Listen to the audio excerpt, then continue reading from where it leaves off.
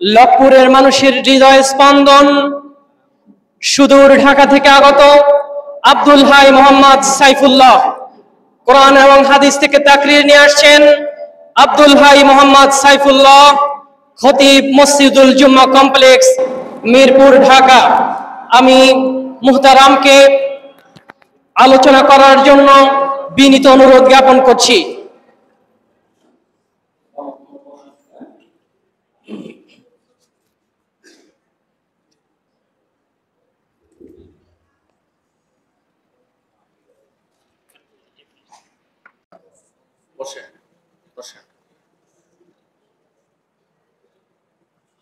আসসালামু আলাইকুম ওয়া রাহমাতুল্লাহি ওয়া বারাকাতুহু।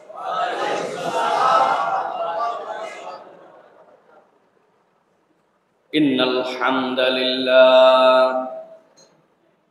হামদালিল্লাহি নাহমাদুহু ওয়া নাস্তাঈনুহু ওয়া নাস্তাগফিরুহু ওয়া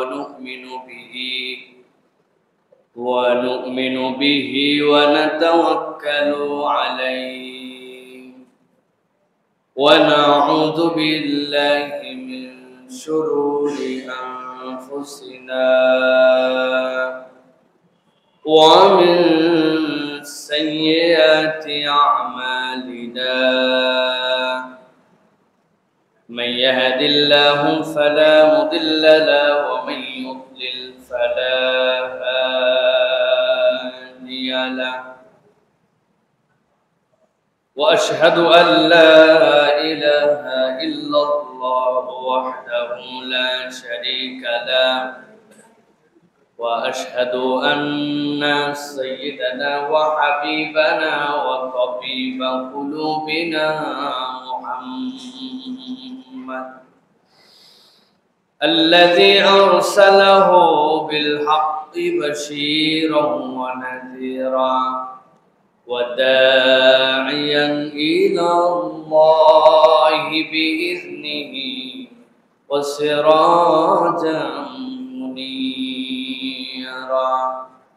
فقد قال الله سبحانه وتعالى في كلامه المجيد وفي فرقان الحميد.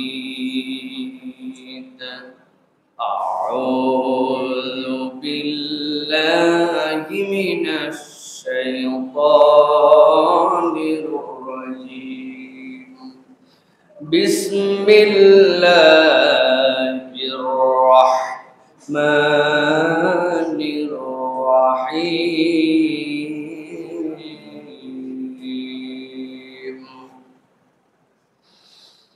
إن الشيطان لكم عدو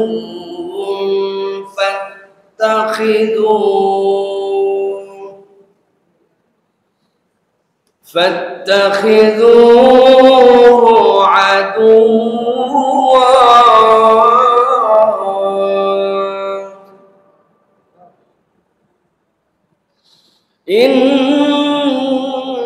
إنما يدعو حزبه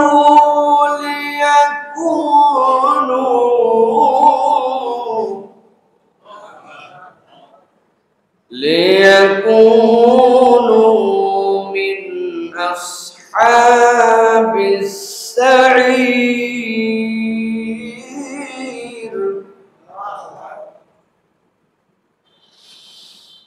إن الشيطان لكم عدو فاتخذوه عدوا.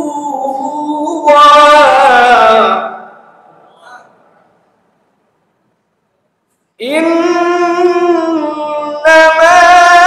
يدعو حزبه ليكونوا من أصحاب السعير.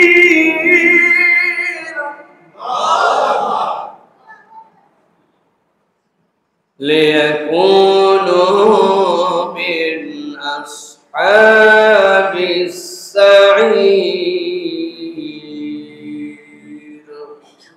وقال الله سبحانه وتعالى إن الله وملائكته يصلون على النبي يا أيها الذين آمنوا صلوا عليه وسلموا تسليما.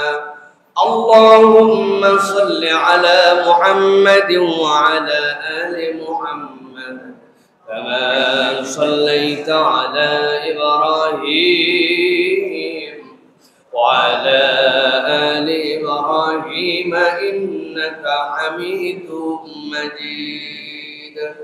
اللهم بارك على محمد وعلى آل محمد كما باركت على إبراهيم وعلى آل إبراهيم إنك حميد مجيد.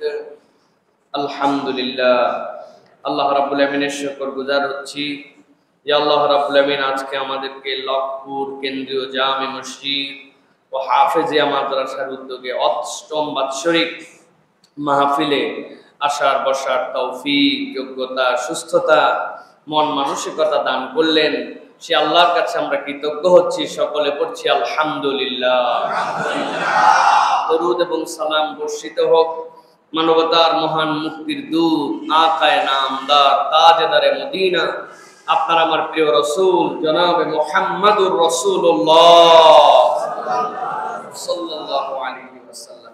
আজকে মুবারক মাজলিসের সুযোগ্য সম্মানিত সভাপতি হযরতুল আল্লাম মাওলানা জাফরুল্লাহ সাহেব দামাত বারাকাতুহুল আলিয়া, আজকের সম্মানিত বিশেষ অতিথি মাওলানা মুফতি মুহিব্বুল্লাহ মিসবাহ হাফিজাহুল্লাহ ওয়া রাআ, কথা বলেছেন হযরত মাওলানা এহসানুল্লাহ সন্দীপী, যিনি হযরত মাওলানা ইদ্রিস সন্দীপী রহমাতুল্লাহি আলাইহির সুযোগ্য সাহেবজাদা। সামনে উপবিষ্ট আছেন বিভিন্ন গণ্যমান্য ব্যক্তিবর্গ, আমার প্রিয় তরুণ যুবকেরা, স্নেহের ছোটরা, মাইকের শব্দ যাচ্ছে, কথা শুনছেন মা এবং বোনেরা, সকলকে একবার সালাম দিয়েছি। আরো একবার আপনাদের কাছে দোয়া পাওয়া এবং করার আশায় সালাম নিবেদন করছি। আসসালামু আলাইকুম ওয়া রাহমাতুল্লাহ। আপনারা ভালো আছেন ভাই?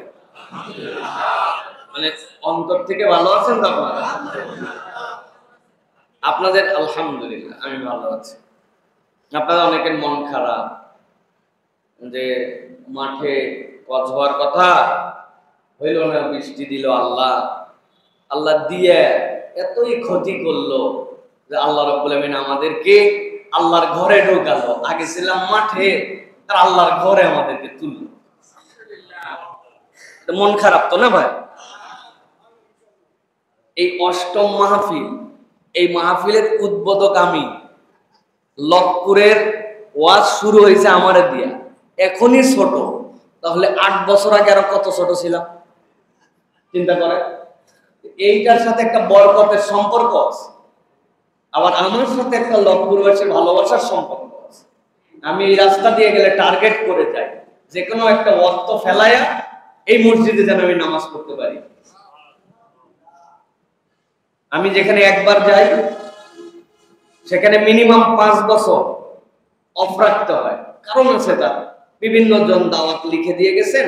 আমি চেষ্টা করি সকল জায়গাতেই টাচ করার জন্য। একবার তো আসছি আপনার এখানে, কিন্তু এই লক্ষপুরের মানুষের ভালোবাসায় কয়েকবার আমি আসছি আপনাদের এখানে, ঠিক না ভাই?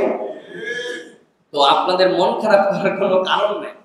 আল্লাহ রাব্বুল আলামিন আপনাদেরকে আল্লাহর ঘরে নিয়ে দিনের কথা শোনাবে, আমার কোনো আপত্তি আছে? কোন আপত্তি আছে?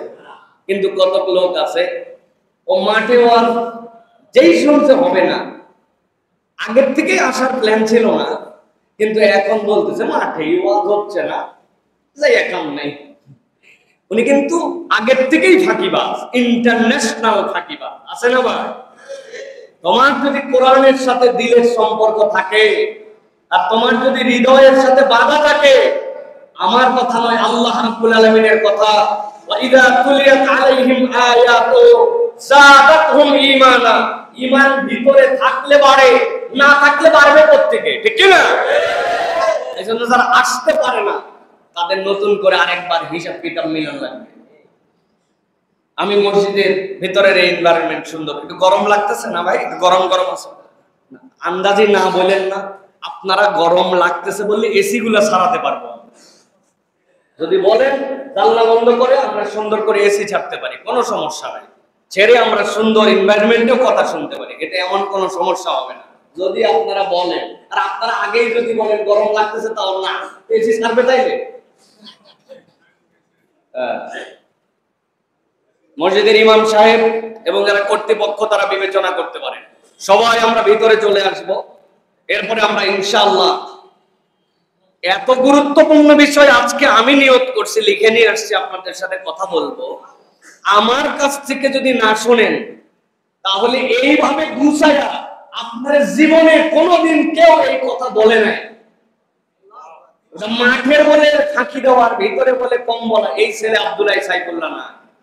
ওরা আলোচনা যা আছে রাত 3টা পর্যন্ত করে তারপরে যাও, থাকবে কে 3টা পর্যন্ত? আমরা অল্প কিছু সময় ইনশাআল্লাহ এই গুরুত্বপূর্ণ কথা শুনে তারপরে যাব ইনশাআল্লাহ। রাজি আছেন তো আপনারা? আহা, কত ভালোবাসার মানুষ ছিলেন না? এই যে এখানে বসতাম, আপনাদের নেভিতে চাকরি করতো, মনে আছে না? আর কি পাগলের মতো মহব্বত করতো, কি যে করবে আর কি যে করবে না। এই আল্লাহর বান্দা দুনিয়ার থেকে চলে গেছে না, কিন্তু তার জন্য দোয়া, আমাদের আপনজনের জন্য দোয়া, আমাদের যে ভালোবাসার মানুষগুলো হারিয়ে গেছে তাদের জন্য দোয়া। আমরা একটু চেষ্টার মধ্যে করে কথা শুনে তারপরে যাব ইনশাআল্লাহ। আল্লাহ যেন আমাদের আশা বর্ষাকে কবুল করেন, বলেন আল্লাহুম্মা আমিন। প্রিয় ভাইয়েরা, আমি অনেকবার বলেছি, আরো একবার বলি, আপনারা সন্দ্বীপের থেকে এসে এখানে বসতি গেড়েছেন, মুহাজির এলাকার অবস্থা আমি জানি না। আমি উত্তরবঙ্গের মানুষ, তা আমাদের এলাকায় মাটিতে চুলা ফেলায়। আপনাদের এলাকায় আছে ভাই? মাটিতে চুলা ফেলায় আছে? একদিক দিয়ে আগুন দেয়, 3 হাঁড়ি একসাথে জ্বলে, আছে? 3 চৌকা বলে আমাদের এলাকায়, 3 চোখা 4 চোখা হয়, মানে চোখ 4টা, একদিক দিয়ে আগুন দেয়, আছে ভাই? এখন ওই চুলা আগের রাত্রে তাল পাতা দিয়া, ভাঙ্গা টিন দিয়া, বৃষ্টি হয়েছে রে বাইরে ভাই, বেদম বৃষ্টি, যারে বলে বৃষ্টি। এদিক থেকে উত্তর দক্ষিণ সাটায়া মাটায়া ওই চুলা ভিজায় ফেলছে। বুঝে থাকলে উত্তর দিবেন, আবেগে না। চুলা যদি স্যাঁতস্যাঁতে হয়ে যায়, ভিজে যায়, বডিটা যদি পানি পানি হয়ে যায়, তাহলে এই চুলা ধরানো সহজ না কঠিন? যতই জাল দেয় উপর থেকে সাদা সাদা ধোঁয়া বাড়ায়, তাই না ভাই? আন্দাজে ঠিক বলতেছেন। চুলা ধরাইছেন কোন? এটা মহিলারা বুঝবে। হ্যাঁ, এই চুলা ধরানো কঠিন, তো আমাদের দেশে মহিলারা বুদ্ধি করে। কি করে? চুলার পাশে একটা ছোট্ট কুপি বাকি রাখে। আমাদের উত্তরবঙ্গে বলে লম্পু, আপনারা কি বলেন? হ্যাঁ, লম্পু বলেন। এই লম্পু রাখে, লম্পু আস্তে করে ম্যাচ দিয়ে ঠোকা মারে, ঠোকা মারে ধরায় ফেলে। ধরানোর পরে এরপরে খড়, শুকনা কাগজ, তারপরে শুকনা খড়ি, এইগুলা পাতা, এইগুলা নিয়ে ধরায়। ধরায় যখন দাউ দাউ করে জ্বলে ওঠে তখন কুবি বাতিটা নিভাই দেয়, তাই না ভাই? লম্পু নিভায়। এই মহিলা যেই না লম্পু ধরাইছে, ধরানোর পরে দেখে, চুলা ধরানো তো অনেক পরে, এই লম্পুই দেখে লাল লাল আলো মারে। এইটা নিজেই কেমন জানি ধোঁয়া ধোঁয়া মারে। চিন্তা করছে লম্পুর পোলটা মনে হয় পরিষ্কার করা হয় নাই, টান দিয়ে পোলটা পরিষ্কার করে আবার মেজের কাঠি দিয়া লম্পু ধরাইছে। এখন দেখেও বাবা, আগে তাও যাও আলো মারতেছিল লাল, এখন দেখে লম্বুকালি দপদপ দপদপ দপদপ করে, এই জন্য না এরকম করে। বুঝে থাকলে বলবেন রংপুরের মানুষেরা, এই যে লম্বু দপদপ দপদপ করে, নিভে যাওয়ার ভাব করে, লাল লাল আলো মারে, ধোঁয়া ছাড়ে, কারণ কি? লম্বুর ভিতরে কি না বললেন না, ক্লান্ত হয়। এই দেখেন পিচ্ছি, একটা কঠিন পিচ্ছি পাইছে, কেরোসিন তেল নাই, ভিতরে কি নাই? তেল নাই। আরো যদি বলা হয় ক্লিয়ার করে, তাহলে যেইটা দিয়ে লম্বু জ্বলে ওই মাল নাই, ভিতরে কি নাই? যত ধরাতে যাবে ততই নিভে যাবে, ঠিক কিনা? এমনি এমনি কথা বলি নাই। আল্লাহ রাব্বুল আলামিন বলছেন, ইন্নামাল মুমিনুনা আল্লাযীনা ইযা যুকিরাল্লাহ ওয়াজিলাত কুলুবুহুম ওয়া ইযা তুলিয়াত আলাইহিম আয়াতুন যাদাতুহুম ঈমানান ওয়া আলা রাব্বিহিম ইয়াতাওয়াক্কালুন।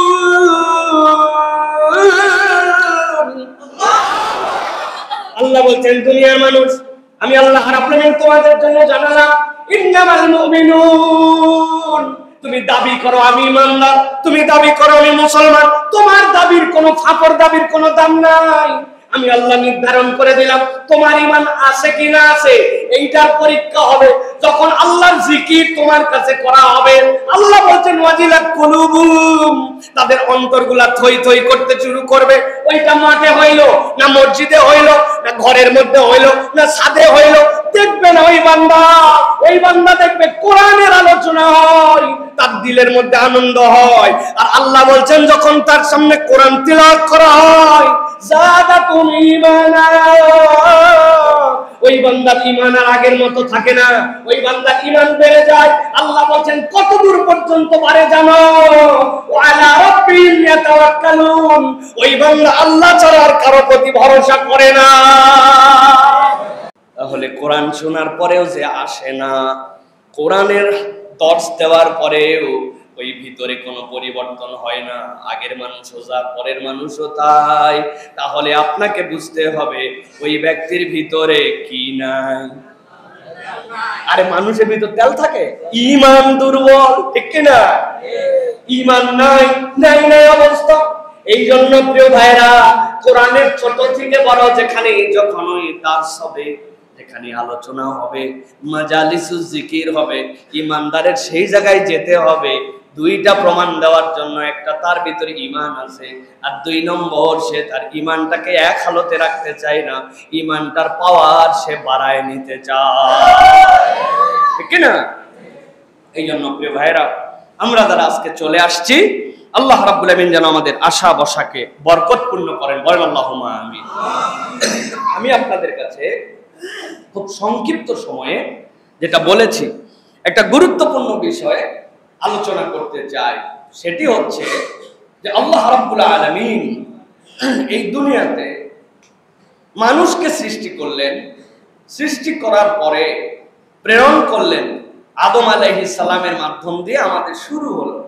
ঠিক আল্লাহ যখন মানুষকে পৃথিবীতে প্রেরণ করেছেন, আল্লাহ ওই মানুষের সাথে মানুষের চিরশত্রু শয়তানকেও দুনিয়াতে পাঠাইছেন। তো মানুষের চিরশত্রুর নাম কি? বলতে হবে, কি নাম? শয়তান। মানুষের চিরশত্রু শয়তান। এই শয়তান মানুষকে গাফেল করতে চাবে।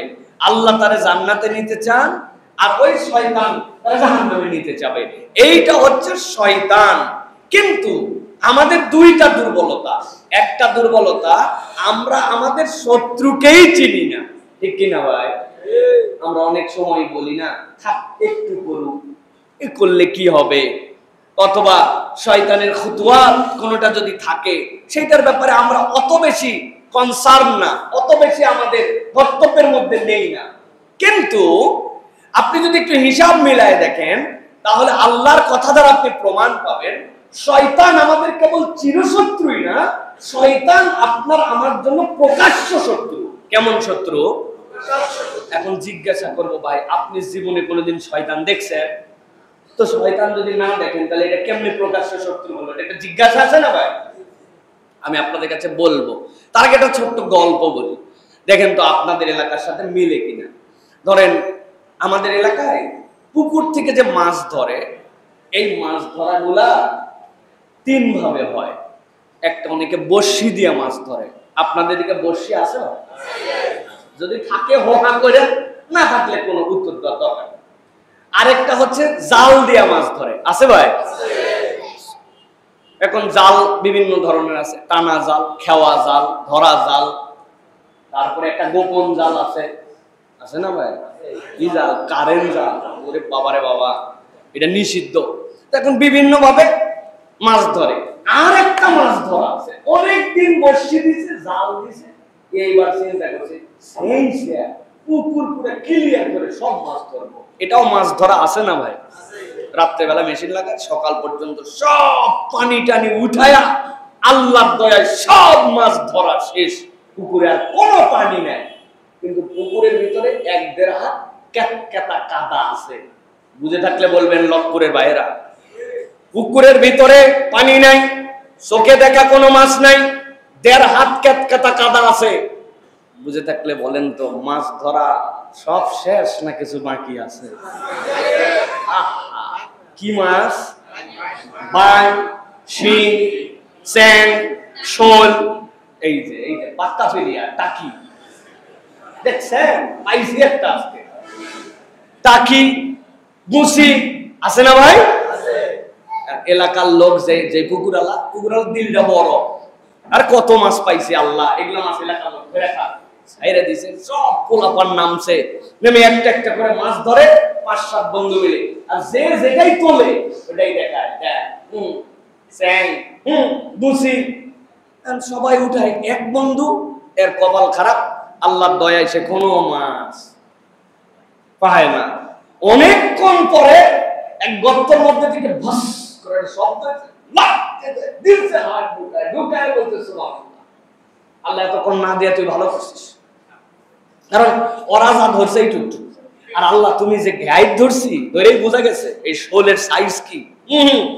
এখন চিন্তা করছে এতক্ষণ তোমরা তো আমারে তাওয়াইছো এই টুকটুক ধরে, বড় মাছ উঠাবো, এখন তো অন্তত পক্ষে নিজের একটা ভাব নেওয়া দরকার। বলছে টাকা কি তুলি দেখ। সবাই চিন্তা করছে আরে এতক্ষণ ধরে তাওয়ালাম, যে জিনিস পাইছে তাছাড়া তো এত ডাক ফাঁক দেওয়ার কথা না। আস্তে করে ধইরা সবাই তাকায় আছে, টাইনে তুলছে, তুলে পরে কি উঠেছে ভাই? সাপের নাম কি? ধোরা।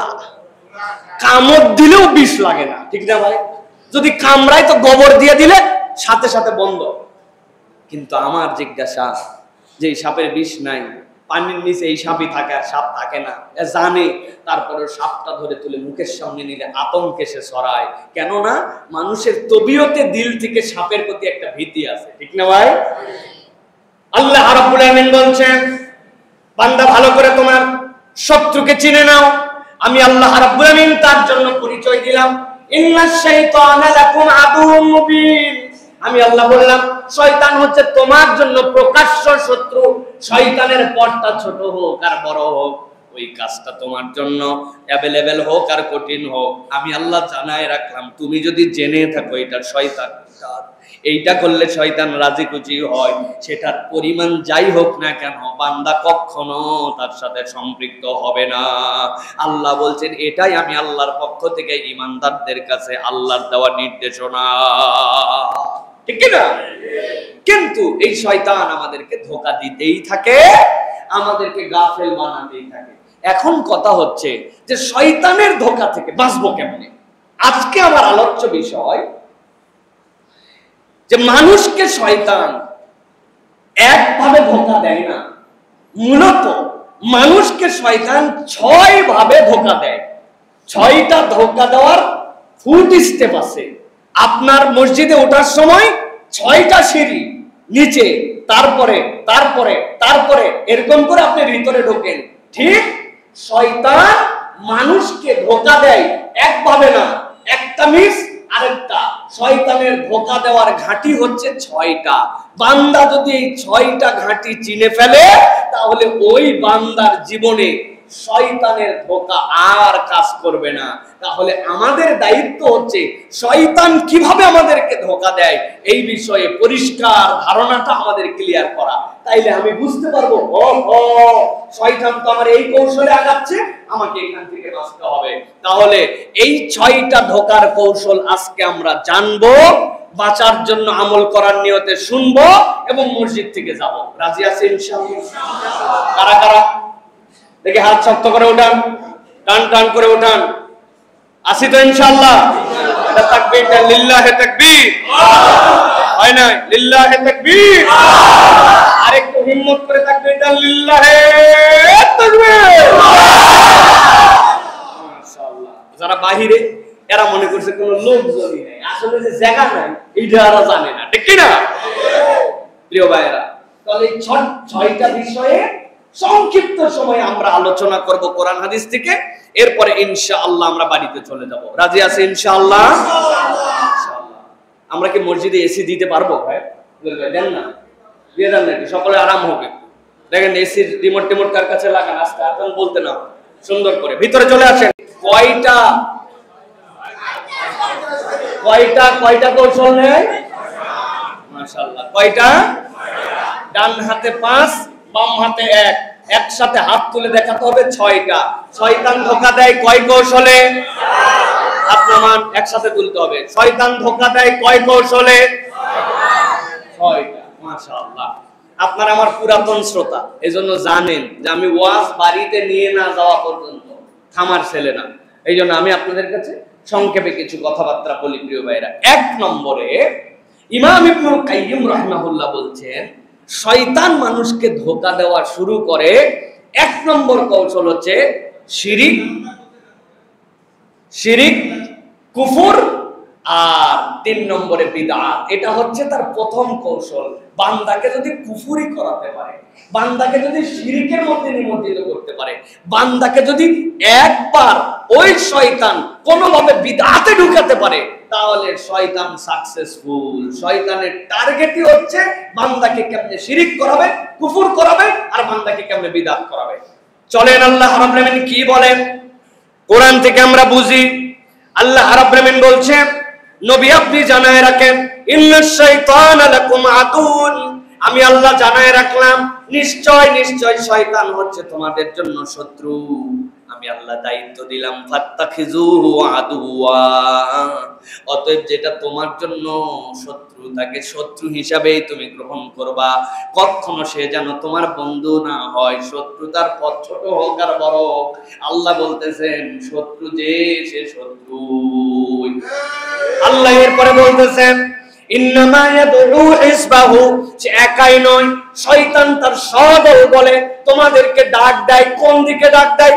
আল্লাহ বলছেন, লিয়াকুনু মিন আসহাবিস সাঈর। আল্লাহ বলছেন সে তোমাকে ডাক দেয় জান্নাতের দিকে নয়, বরং সে চাই সাঈরের দিকে তুমি চলে যাও, জাহান্নামের দিকে চলে যাও। সে একাই ডাকে না, তার গোত্র সহ ডাকে। বিভিন্ন চ্যাপ্টারে বিভিন্ন জন ভাগ করা থাকে।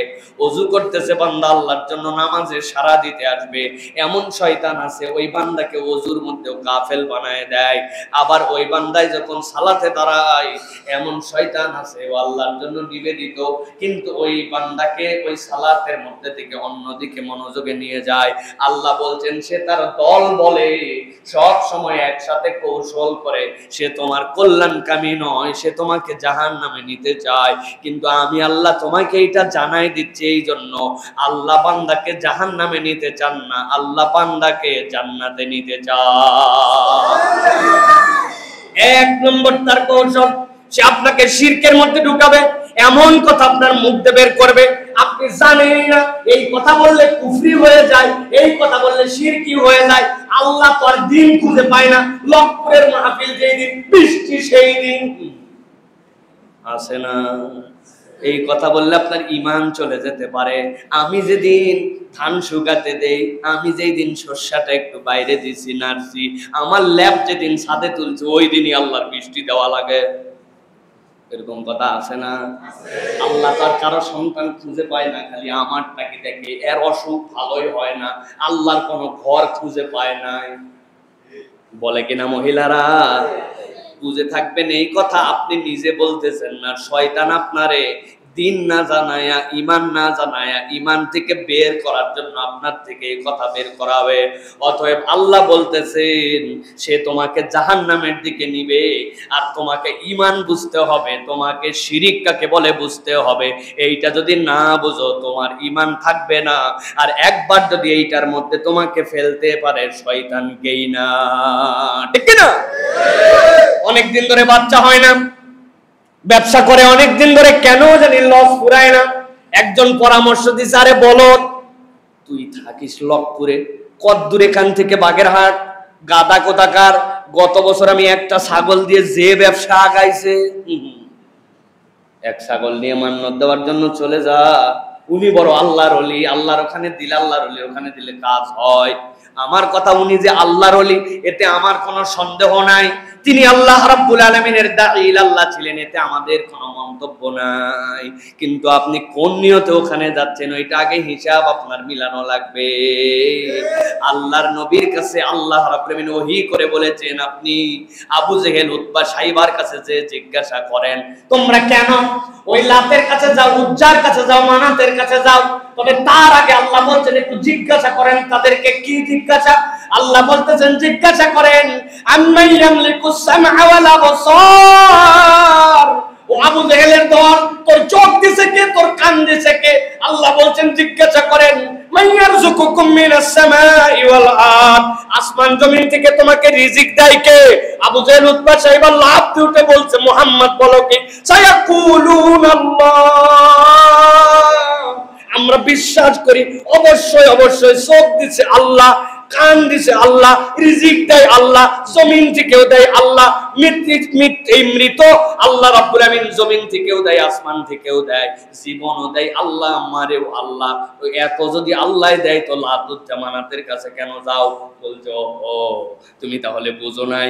আল্লাহ নবীর উল্টা বুঝাচ্ছে, সে ছিল বড় আল্লাহর উম্মত, পয়গম্বরের প্রতিকৃতি, আল্লাহর প্রিয় পাত্র, তার কাছে যাওয়ার পরে যদি ছাগল মান্নত দেই, তার কাছে যদি দুধ দিয়ে ধোয়াই দেই, তার কাছে যাওয়ার পরে একটা কালো মুরগি যদি জবাই করে দেই, সে খুশি হয়। সে খুশি হলে আল্লাহ খুশি হয়।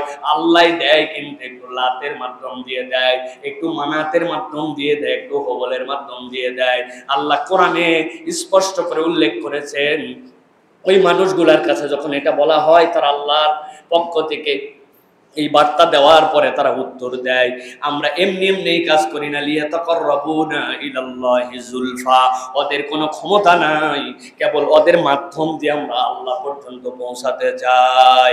এখন কোন ব্যক্তি যদি বলে আল্লাহ জীবন দেয়, আল্লাহ মারে, আল্লাহ চোখ দেয়, আল্লাহ রিজিক দেয়, কিন্তু কেবলমাত্র একটুখানি বাগেরহাটের আউলিয়ার কাছে দিলে উনি খুশি হয়, উনি তো দিতে পারে না, খবরের লোক দিতে পারে নাকি, কিন্তু বড় বুজুর্গ ওইখানে দিলে উনি খুশি হয়, উনি খুশি হলে আল্লাহ খুশি হয়। আল্লাহ দেয় কিন্তু শাহজালালের মাধ্যমে দেয়, আল্লাহ দেয় কিন্তু বাগেরহাটের মাধ্যমে দিয়ে দেয়, আল্লাহ দেয় কিন্তু ওই ভারতে যাওয়ার পরে আজমিরের মাধ্যম দিয়ে দেয়। আপনি হিসাব মিলায় দেখেন, আপনার ঈমান আর আবু জেহেলের ঈমানের মধ্যে তেমন কোনো পার্থক্য নাই, ঠিক না?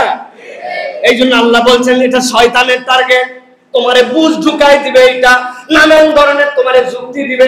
এই জন্য আপনাকে ইবাদতের মধ্যে, ওসিলার তাআব্বুদিয়ার মধ্যে, আল্লাহ ইবাদতের কোনো ভায়া মাধ্যম নাই, কোনো ওসিলা নাই। আল্লাহর বান্দার মধ্যে কোনো ভায়া মাধ্যম মানলে আবু জেহেলের সাথে তার হাসর নাচর হতে পারে। এই জন্য ঠিকঠাক মতো আপনাকে ঈমান বুঝতে হবে, কিসে শিরিক হয়, কিসে কুফর হয়, এইখান থেকে আপনাকে সচেতনতার সাথে দূরে থাকতে হবে। কিন্তু আফসোস লাগে, আপনি গর্ব করেন আমার ছেলে ইউটিউব দেখে দেখে যে ইংরেজি শিখছে, বলেন না কোডিং পর্যন্ত পারে, বাপরে ক্যালকুলাস পারে, যে পরিমাণ ফিজিক্স, স্যার বলছে গণিতের বস। আপনার গর্বে বুক এত বড় হয়ে গেছে, কিন্তু আপনার ছেলে ঈমান জানে না, ইসলাম জানে না, কি বললে ঈমান ভেঙে যায়, ঈমানের আরকান কি, এইগুলা তার কোনো ধারণা নাই। এ নিয়ে বাপের কোনো টেনশন নাই। এরকম বাপ আল্লাহর রহমতে লকপুরে নাই। আন্দাজি বলেন না কারা তারা? আমরা তারা। আপনি যে বলেন আছে, আছে বলা বাদ দেন, বলেন আমরা। নিজের ছেলে 18 বছর বয়স হয়ে গেছে, এখন পর্যন্ত ফরজ গোসল কেমনে করতে হয় জানে না। বাথরুমের ভিতরে ঢুকলো, গায়ের মধ্যে পানি দিয়ে বের হয়ে আসলো, মনে করছে এইটার নামই গোসল।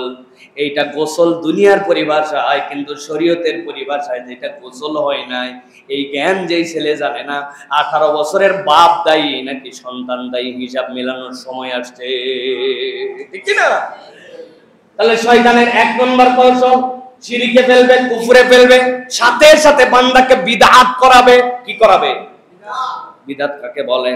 আল্লাহ আল্লাহর নবী যেই দায়িত্ব আপনার আমার উপরে ইবাদতের ক্ষেত্রে দিয়ে গেছেন, ওর বাহিরে নিজের মন মতো পছন্দ করা, মন মতো যা করব, নবী যেটা বলেন নাই, সাহাবায়ে কেরাম যেটা করেন নাই, ওইটার নাম হচ্ছে দুনিয়ার বুকে বিদআত, ঠিক না? বলছেন তো ঠিক, কিন্তু আপনার কাছে যদি যুক্তি দেওয়া হয়, আপনি আবার নিজের যুক্তিতে নিজে উল্টাপাল্টা করে ফেলবেন। অনেক কিছু আমরা যুক্তি দিয়া করি, আছে না ভাই? আমি আপনাদের কাছে আজকে ভিআইপি 3টা যুক্তি দিব, না মানলে আপনাদের খবর আছে, কিন্তু যদি আমি যুক্তিতে ঠিক হই তাহলে আপনারা মানা লাগবে। রাজি তো? দেখি চলেন যুক্তিগুলো একটু মিলাই দেখি।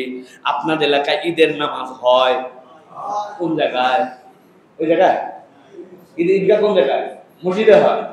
ঈদের নামাজ হয় তো ভাই? এটা হো হা বলেন, হয়। ঈদের নামাজে আজান হয় তো? কেন?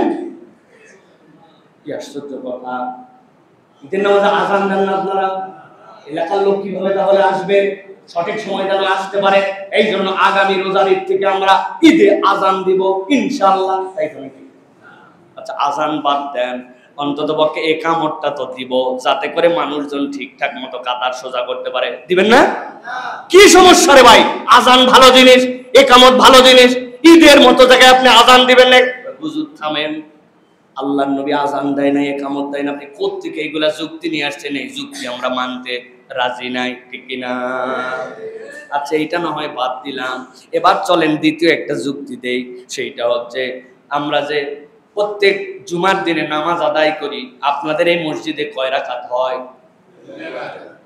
ভাই ঘুমায় না গেলে একটু কত আসতে বলেন, জোরে বলেন না। কয় রাকাত? আবার জোরে বলতেছেন, সবার মুখ দিয়ে বলেন, আমি তো হইচই শুনতে চাচ্ছি না। কয় রাকাত? এবার জিজ্ঞাসা করব, উত্তর দিবেন। নবীজি সাল্লাল্লাহু আলাইহি ওয়াসাল্লাম মাসুম, তার কোনো গুনাহ নাই। আল্লাহ নবী সাল্লাল্লাহু আলাইহি ওয়াসাল্লাম বেগুনাহ মাসুম। সাহাবায়ে কেরাম কুল্লুহুম আদুল, তারা প্রত্যেকই ন্যায়ের মানদণ্ডে উন্নীত। নবীর গুনাহ নাই, সাহাবীরা শ্রেষ্ঠ মানুষ, তারাও বলল 2 রাকাত।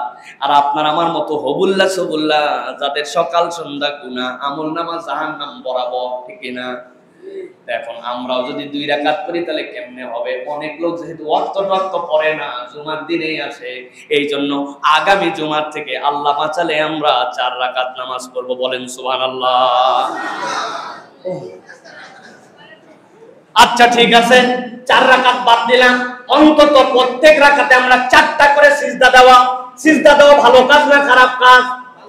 ভালো না খারাপ? তাহলে আমরা প্রত্যেক রাকাতে 4টা সিজদা দেব। বলেন ইনশাআল্লাহ।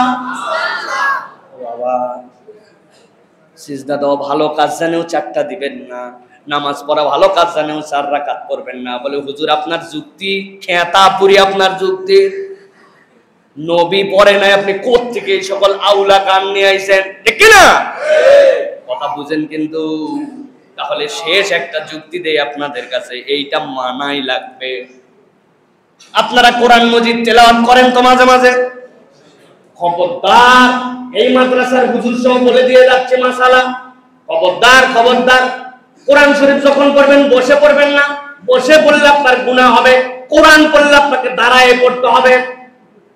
এই কথা তো জীবনে শুনি নাই। আমি দলিল দেই, নামাজ যে সার পড়ছেন, এশার নামাজে যে বৈঠক করছেন, আত্তাহিয়াতুর বৈঠক, ওই বৈঠকে কোরআন শরীফ পড়ছেন। সিজদায় কি কোরআন শরীফ পড়ছেন?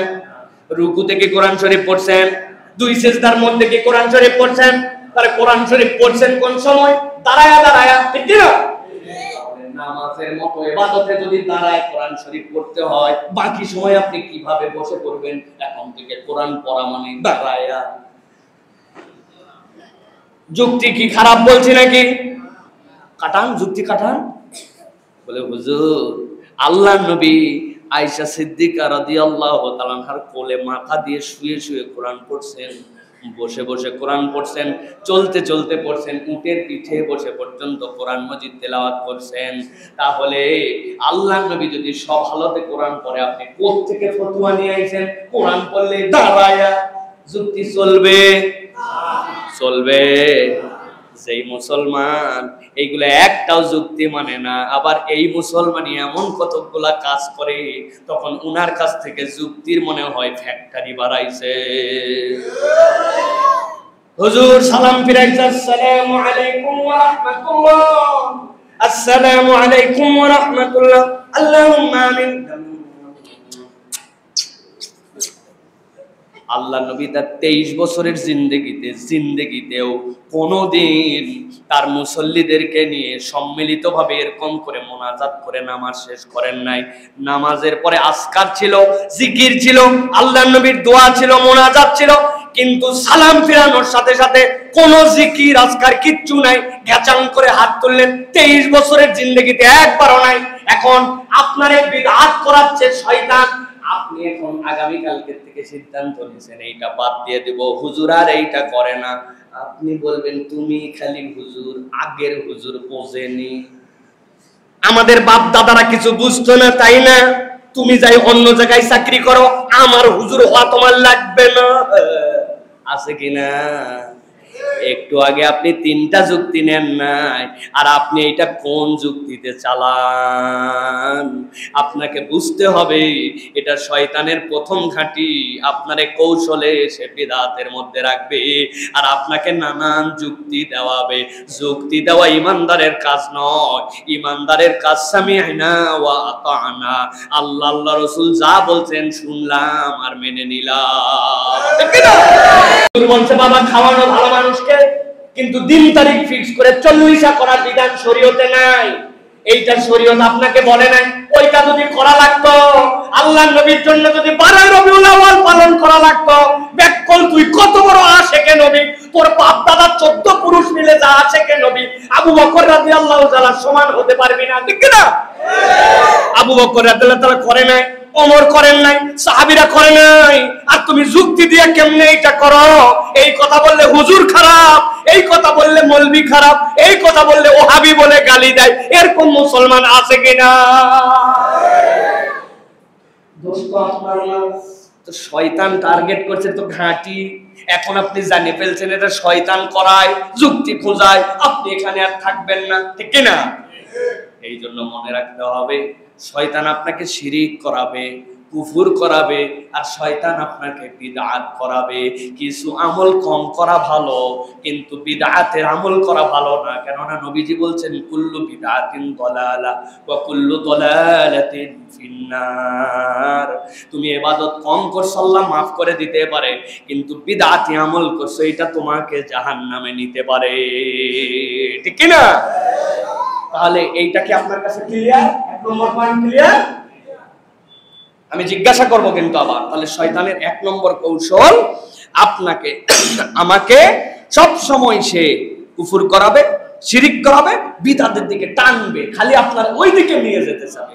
করলে কি হয়? একটু করলে সমস্যা কোথায়? আগের হুজুরা বোঝে নাই, নতুন নতুন হুজুরা খালি নতুন নতুন ফতোয়া দেয়, হুজুরদেরই মিল নাই। এই সকল বুঝাবে, বুঝাইয়া আপনারা সুন্দর করে মানুষ বানায় রাখবে, তাতে খালি মর আর জাহান্নামে যা। টার্গেট কার? বলেন না কেন কার? আল্লাহর টার্গেট কোথায় নেওয়া? জান্নাতে। অনেকের ভিতরে ইতিমধ্যে ওশখস শুরু হয়ে গেছে। ভালো করে খেয়াল করেন। এবার 2 নম্বর, ইমাম ইবনুল কাইয়িম বলছেন, শয়তান যখন দেখে এই বান্দাকে শিরিকের দিকে নেওয়া যায় না, কুফর করানোর ব্যাপারে সচেতন, এই বান্দা বিদআতের সাথে সম্পর্ক নাই, শয়তান সাথে সাথে তখন 2 নম্বর কৌশলে নেবে। শয়তান তখন তাকে বড় বড় গুনার দিকে ফালায় দিবে। শিরিক করে না, কুফর করে না, কিন্তু এই বান্দা গুনাহ কবিরা করতে পিছুপা হয় না। গুনাহ কবিরার ব্যাপারে তার কোনো কনসেপ্টই নাই, এইটাকে সে গুনার মধ্যেই ধরে না। আমার কথা নয়, আল্লাহ বলতেছেন ইনতাজতানিবু কাবাইরা মা তুনহাউনা আনহু নুকাফির আনকুম সাইয়্যাতিকুম ওয়া নুদখিলকুম মুদখালান কারীমা। আল্লাহ কোরআনুল কারীমের সূরা নিসা 31 নম্বর আয়াতের মধ্যে বলছেন, ও আমার বান্দারা, ও আমার আদরের গোলাম, আমি তোদের জন্য অফার দিয়ে দিলাম, ইনতাজতানিবু কাবাইরা মা তুনহাউনা, আমি আল্লাহ তোমাকে যেই সকল কবিরা গুনাহ করতে নিষেধ করেছি তুমি ওখান থেকে ফেরত চলে আসছো, তুমি নিজেকে ওখান থেকে বাঁচায় নিছো, আমি আল্লাহ গ্যারান্টার হলাম নুকাফির আনহু সাইয়্যাতিকুম, যেই ব্যক্তি কবিরা গুনাহ থেকে দূরে সরে থাকে আমি তার বাকি গুনাহগুলাকে আমি আল্লাহ ঢাকায়া দিব। কাফের মানে কি জানেন? জমিতে বীজ লাগায়, লাগানোর পর উপর দিয়ে মাটি দিয়ে অঙ্কুরোদ্গম হওয়ার জন্য ঢাকায় দেয়, তাকে বলা হয় কাফের। এই জন্য কৃষককেও বলা হয় কাফের, কিন্তু ইস্তিলাহান আল্লাহকে যে অস্বীকার করে সে হচ্ছে কাফের, কুফরি করে। আল্লাহ বলছেন তুমি যদি কবিরা গুনাহ থেকে বেঁচে থাকো আমি আল্লাহ অটোমেটিক তোমার সগীরা গুনাহগুলোকে আমি আল্লাহ ঢেকে দিব। সুবহানাল্লাহ। আল্লাহ বলছেন কেবল ঢাকবই না, তোমাকে সম্মানজনক জায়গায় আমি ঢুকায় দেব। তার মানে রব্বুল আলামিন তাকে জান্নাতের ভিতরে ঢুকায় দিবেন। আল্লাহ বলতেছেন এই জন্য বান্দা, শয়তান তোমাকে সব সময় চাবে যে কেমনে তোমার দ্বারা, কিভাবে তোমার দ্বারা কবিরা গুনাহ করানো যায়, এটা শয়তানের টার্গেট থাকবে। আমাদের অনেক ভাই বন্ধুরা আছে ইসলাম পছন্দ করে, ঈমানও ভালোবাসে, কিন্তু কবিরা গুনাহকে কবিরা মনেই করে না, র‍্যান্ডম কবিরা গুনাহর সাথে জড়িত। ইসলামপন্থী মানুষ সুদের কারবারের সাথে জড়িত আছে না ভাই? ইসলামপন্থী মানুষ কিন্তু মদ, মাদকতা, বিভিন্ন ধরনের হারাম নেশাদ্রব্যের সাথে জড়িত আছে না ভাই? এলাকার জন্য আবার তো বিরাট সুযোগ তৈরি করছে, বছরে 2 বার 3 দিন ব্যাপী উন্মুক্ত আপনি গাঁজা খেতে পারবেন, উন্মুক্ত মদ খেতে পারবেন। এই জন্য লালনের ছেউরিয়ায় আসর করা হয়েছে উন্মুক্ত। গতকালকে একটা রিপোর্ট আসছে 27 টন কেবলমাত্র গাঁজা বিক্রি হয়েছে। এক টনে কত মন? 17.5 মন। 27 টন গাঁজা খাইলো কারা? মুসলমানের সন্তান। কুষ্টিয়ায় আমার মাহফিল ছিল, আসছি, আসার পরে ওই দিক দিয়ে চাপাই যাচ্ছি। জীবনে কোনোদিন কুষ্টিয়া শহরে এত মাইক্রো, এত গাড়ি, এত কিছু দেখি নাই। পুরা দক্ষিণাঞ্চল থেকে উত্তরাঞ্চল থেকে হাজার হাজার মাইক্রো নিয়ে আসছে। কারা? ওইখানে কি এমন আছে দেখার জন্য? ওইখানে না আছে কিছু, না আছে দেখা টান হচ্ছে একটা, এই যে উন্মুক্ত ভাবে এখানে নেশা করা যাবে। ওই সন্তানগুলা আপনি পর্যবেক্ষণ করে দেখলে দেখবেন 90% মুসলমানের ঘর থেকে এসেছে, কিন্তু এই হারামের সাথে জড়িত হয়েছে। এইটা ওই ব্যক্তির দোষ নয়, ও শয়তানের ঘাঁটি সম্পর্কে চেনে না। শয়তান তারে এই মদ খাওয়ায়া হারামের সাথে যুক্ত করায়া শয়তান তাকে জাহান্নামের দিকে নিতে চায়, ঠিক না? আপনি আপনার এলাকায় এরকম ছেলে পেলে খুঁজে পাবেন, আগে বিড়ি ছুঁইতো না, এখনো বিড়ি ছয় না, তবে বিড়ি নিয়ে আসার পরে ভিতরের মাল বের করে ভিতরে সুন্দর করে পুরিয়া খুলে কুচকুচ করে কাটে ঢুকায়া টানে। আসেনি বা কারা ভাই? চেনেন তো না আমাদেরকে? 2-1 জন দোকান চেনেন না? এরকম ভালো করে মনে রাখবেন। আমি এবার আমেরিকার থেকে ফিরতেছি, কাতারে নামছি। কাতার থেকে যখন বাংলাদেশে আসতেছি, আসার সময় আমি জানালার পাশে সিট, কাতার এয়ারওয়েজে করে আসতেছি, হাতে এমিরেটসে। আসার সময় দেখি একটা ছেলে বহুদিন দুবাইয়ে ছিল, দুবাইয়ে থাকার পরে কাতারে ছিল, কাতার থেকে দেশে সেও ফিরতেছে। ডানে বামে তাকায়, যখন ওয়েটার আসছে খাবার দেয় তখন জিজ্ঞাসা করে কি ড্রিঙ্কস খাবেন? পেপসি, কোক, আপনার অন্য কোনো চাহিদা আছে কিনা?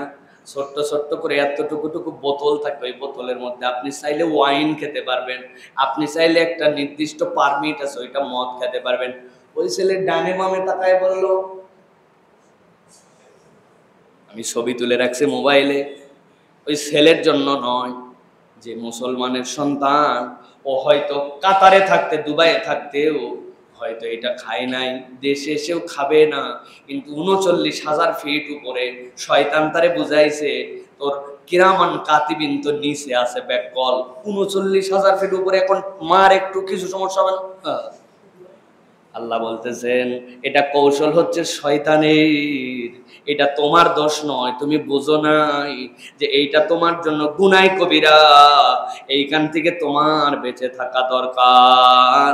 ওই শয়তান ধোঁকা দিয়া গুনাহ কবিরা করায় আমাকে জাহান্নামে নিতে চায়। তারা ঠিক বললেন বাবাজিরা, একটু সাবধান হন। আপনার আব্বা মরছে অনেক আগে, আপনারে বলে গেছিল জমি তোমার ঠিক মতো বন্টন করতে পারলাম না, তুই আমার বড় বেটা, মেয়েদের মতো ইনসাফ মতো বন্টন করে দিস। চিন্তা করছে হোয়াট এ চান্স, আব্বা মরে গেছে 40 বছর, আজ পর্যন্ত বোনের জমি দেয় না, বোনকে যাও দিস অল্প একটুখানি ভিটার ভাগ দিয়া, মাঠের জমিতে বোনের কোনো ভাগ নাই। অথচ এটা যে একটা গুনাহ কবিরা ওই মুরব্বী জানে না, কিন্তু একবার হজ এবং একবার উমরা কমপ্লিট আছে ভাই, আছে এরকম আছে। ফজরের নামাজের পরে কান্দের মধ্যে কোদাল, রওনা হয়ে গেছে মাঠের দিকে। লোকজন বলছে চাচা এত সকালে কই যাও গো? বলছে বাবা রোদ উঠলে আর কাজ করতে পারি না, এই জন্য একটু মাঠে যাচ্ছে আল কাটার জন্য। আসল উদ্দেশ্য ভিন্ন, উনার জমির সাথে যার জমি লাগানো, ওই পারের জমিওয়ালা এখনো আল কাটে পারে নাই, উনি আল কাটার নাম করে নিজের জমিটা বেশি করে আল কাটে সার আঙ্গুল ঠেলতে যায়। এরকম লোক এলাকায় নাই? কি ঝামেলা রে ভাই, সব রুগী আছে দেখতেছে। ভালো করে বুঝে থাকলে বলেন, এই যে আপনি কাজটা করলেন, আপনি এটাকে আমলে নেন নাই, কিন্তু এইটা হচ্ছে আপনার আমার জন্য একটা গুনাহ কবিরা, ঠিক না? জুম্মার নামাজে মুসল্লি ধরে না, ওই মুসল্লি কেন জানি ওই দিন আসরে আর আসে না। কে তারে বুঝ দিল জুমা পড়ানোর, আর কে তারে বুঝ দিল আসর বাদ দেওয়া যায়? শয়তান ওর মধ্যে বুঝ দিছে এইটা হচ্ছে গুনাহ কবিরা, আপনি নামাজ বাদ দিয়ে দিয়েছেন। এরকম লোক আছে কিনা ভাই? আছে। এই জন্য আপনাকে গুনাহ কবিরা থেকে বাঁচতে হবে, এইটা শয়তানের কৌশল আর কারো কৌশল নয়। 40 বছর বয়স পার হয়ে গেল, মুখের মধ্যে এখনো দাড়ি চাচা বন্ধ হলো না, এরকম লোক এলাকায় তো নাই। সমস্যা কি, আবার বিয়ে করবেন নাকি? না না না না, বিয়ে করবো কেন? তোমার চাচি মুখের দাড়ি লাইক করে না, লাইক করে না জন্য উনি দাড়ি রাখে না। আসেনি বা? ভালো করে একটু হিসাব মিলায় নিয়েন। নবী বলছে দাড়ি রাখ, দাড়ি রাখা ফরজ, কাটবি না, দাড়ি কাটা হারাম। নবী করিম সাল্লাল্লাহু আলাইহি ওয়াসাল্লাম 1 মুঠের উপরে পার করছেন, এই জন্য 1 মুঠের উপরে রাখা ওয়াজিব। আপনি যতক্ষণ এটা পালন না করতেছেন আপনার তো দোষ না, শয়তান আপনারে বুঝাইছে। চুলকায়, চুলকায় আপনার, ওটা চুলকায় না, শয়তান ভিতরে সুরসুরি দেয়, ঠিক কি না? আল্লাহর নবী এত বড় দাড়ি রাখলো, আর আপনি বলতেছেন দাড়ি রাখলে আনস্মার্ট, আসলে স্মার্ট লাগে। আপনি কোথায় ধাক্কা মারছেন একটু হিসাব বরাবর করেন। আল্লাহর নবী পৃথিবীর শ্রেষ্ঠ স্মার্ট, আর আপনি বলতেছেন দাড়ি রাখলে আনস্মার্ট লাগে। বুঝে বললে আপনার ঈমান থাকবে না, হিসাব করে কথা বলেন। মক্কায় যাওয়ার পরে এক লোক নাকি বলছে দোকানদারের সাথে গন্ডগোল, দোকানদার গুলা মক্কার ছেলেগুলাই খারাপ। রাত্রেবেলা নবীজি তাকে স্বপ্ন দেখছেন, চেহারা দেখতে পায় নাই, আল্লাহর নবীর কথা শুনতে পাইছে। ও হাজী সাহেব, সামান্য দোকানের কারবার নিয়া রাগ করতে করতে কোথায় ধাক্কা মারলে? মক্কার ছেলেরাই খারাপ, আমি মুহাম্মাদুর রাসূলুল্লাহ সাল্লাল্লাহু আলাইহি ওয়াসাল্লাম মক্কার ছেলে। কথা বলার সময় বুঝ করে বলেন, ধাক্কা কিন্তু অনেক দূর পর্যন্ত লেগে যেতে পারে, ঠিক কি না? জাস্ট শয়তানি আর কিচ্ছু না, আপনার শয়তান একটা বুঝ দিয়ে রাখছে। এই জন্য আপনার দোষ না তো, আমি একবারও বলি না আপনার দোষ। আমি আজকে জেনে ফেলছি, এখন থেকে আমি শুধরাই গেলাম, কোনো সমস্যা নেই, ঠিক না? এই জন্য তার দোষ না, সে ঘাঁটি চেনে না। এইটা এই ঘাটিটা যে শয়তানের, এই পরিকল্পনা যে বুঝতো না, আল্লাহ তাকে বুঝ দিয়ে দিয়েছে, হেদায়েত চলে আসছে। ওমর রাদিয়াল্লাহু তাআলা নবীকে মারার জন্য রওনা হয়েছে। আমি কি তার থেকে বড় অপরাধী না? আল্লাহ ওমর রাদিয়াল্লাহু তাআলাকে বুঝ দিয়েছে, হেদায়েত চলে আসছে, ওমর জান্নাতি হয়ে গেছে। আমারও ভুল থাকতে পারে, আমারও বুঝে কমতি থাকতে পারে, বুঝলাম, আজকের থেকে মেনে নিলাম, আল্লাহ আমাকেও জান্নাতের দিকে নিয়ে যাবে। সুবহানাল্লাহ। ঘাবড়ানোর কিছু নেই, অথবা তাদেরকে ক্রিটিসাইজ করার কিছু নাই। আপনাকে দিনটা তাদের কাছে বুঝায় দিতে হবে, ঠিক কি না? এক শ্রেণীর মুরব্বী আছে, খাটাস মার্কা, দেখবেন এসে বলছে যে জোহরে দেখলাম, আসরে দেখলাম, মাগরিবেও দেখলাম, এসে ফজরে কইছিলি? মাথা নিচু করে বলছে, হ্যাঁ ফজরে উঠতে পারি নাই, আসতে পারি না। ব্যাককল, ফজরই নাই, আবার বাকি 4 রাকাত কি হবে? শেষ। ওই চিন্তা করছে যেহেতু ফজর না থাকলে বাকি 4 রাকাতে কিছু নাই, আগামীকালকে থেকে বাকিটাও বাদ দিছে। বিরাট সওয়াব না? সওয়াব না? মুরব্বি একটা জান্নাতের বড় গোড়ায় চলে গেছে, এত বড় একটা ভালো কাজ করছে। খবরদার, খবরদার, দিন বুঝায় বলতে হবে। মানুষকে খোঁচা দিয়া, আক্রমণ করে, তার দিল এলোমেলো করে দিয়ে বুঝালে হবে না। মানুষের ভুল থাকবে, শুধরায় নেবে, বলতে হবে মাশাআল্লাহ 4 রাকাত তুমি পারো রে ভাই, আরে একটা মিস হয়, বাদ দিস না 4 রাকাত, আর এটা ঠিক করার চেষ্টা কর, তুই পূর্ণ হয়ে গেছিস। এটাও বলা, ওইটাও বলা। কোন বলাটা উত্তম? এই বলাটা উত্তম, ঠিক কি না? এই জন্য যার ভুল আছে বলে দিলাম, এটা শয়তান আপনাকে গাফেল বানায় রাখছে, ঠিক করে নেন, আল্লাহ আপনাকে কবুল করবে। রাজি আছি তো ইনশাআল্লাহ? তাহলে 2 নম্বরে শয়তান আমাদেরকে কবিরা গুনাহ করাতে চায়। আপনারা বিরক্ত হচ্ছেন না তো ভাই? বলবো তো আরেকটু নাকি? যত কম বলা যায় ততই ভালো, আমি তো চলে গেলেই বাইচে যায়। কিন্তু না, আমার এই ফাঁকি দেওয়ার তবিয়তটা যেন আল্লাহ না দেয়, আমার শরীরটা যেন আল্লাহ খালি একটু ভালো রাখে, এই দোয়াটা। ওয়াজ ফাঁকি দেওয়া এটা আমার তবিয়তের মধ্যে নাই, আল্লাহ জানো ওইরকম অলস না বানায় দেয়। আমি যাহা বলি এটা বলার জন্য চেষ্টা করি, কারণ আমি জানি এটাই আমার আজকের শেষ মাহফিল হতে পারে, আমি আর কোনোদিন কথা না বলতে, এটাই আমার আমানত, এইটুকুই আমার দায়িত্ব আপনাদের কাছে। আপনারা যদি সবাই চলে যান, একজন থাকলেও আমি কিন্তু এই কথা বলে যাব। 3 নম্বরে শয়তান যখন দেখছে কুফর করানো যায় না, শিরিক করানো যায় না, বিদআতের ব্যাপারে সচেতন, গুনাহ কবিরাত থেকেও সে বেঁচে থাকার জন্য চেষ্টা করে, শয়তান তখন একটা 3য় পদক্ষেপ নেয়। শয়তান তখন ওই মানুষের কাছে ছোট ছোট গুনাহগুলাকে হালকা বানায় দেয়, তারে বুঝ দেয় এইটা ছোট গুনাহ, এইটা করলেই কি আর না করলেই কি, এটার ব্যাপারে তোমার তেমন কোনো সচেতন হওয়া লাগবে না। অনেক মানুষ আছে দেখবেন বলে এটা সগীরা গুনাহ, এই জন্য আমলে নেয় না, আছে না? নবীজি একটা উদাহরণ দিচ্ছেন, একটা গল্প শোনাচ্ছেন, শোনেন গল্পটা। নবীজি বলছেন একদল লোক মরুভূমিতে গেছে। কোথায় গেছে? মরুভূমিতে যাওয়ার পরে নবীজি বলছেন ওই মানুষগুলার মধ্যে থেকে সিদ্ধান্ত নিল এখন তো রান্না করা লাগবে। একদিনের পথ পার করছে, যা রেডি রান্না ছিল সব শেষ, এখন তো খাওয়া লাগবে তাদের। 1 বা 2 জন চলে গেছে খড়ি কুড়ানোর জন্য। কাফেলাটা ধরেন 40 জনার বা 50 জনার। এখন ওই মানুষটা 1 বা 2 জন যাওয়ার পরে এতটুকু খড়ি তার সাধ্যের মধ্যে কুড়ায় নিয়ে আসছে। চুলার মধ্যে যদি দেয় তাহলে চুলা তো দূরের কথা, আগুন ধরানোর আগেই খড়ি শেষ হয়ে যাবে। 40 জনের পাক কি কম? অনেক পাক।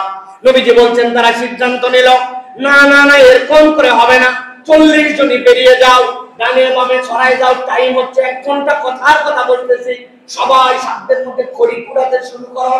সবাই খড়ি কুড়াতে শুরু করলো, কেউ এইটুকু পাইছে, কেউ এইটুকু পাইছে, কেউ এইটুকু পাইছে, কিন্তু 40 জন মিলায় যখন ওই খড়িগুলা নিয়ে আসলো, আগুন লাগায় দিল, ওই আগুনের এত পাওয়ার হলো রান্না বাড়া হওয়ার পরেও খড়ি বেঁচে যায়।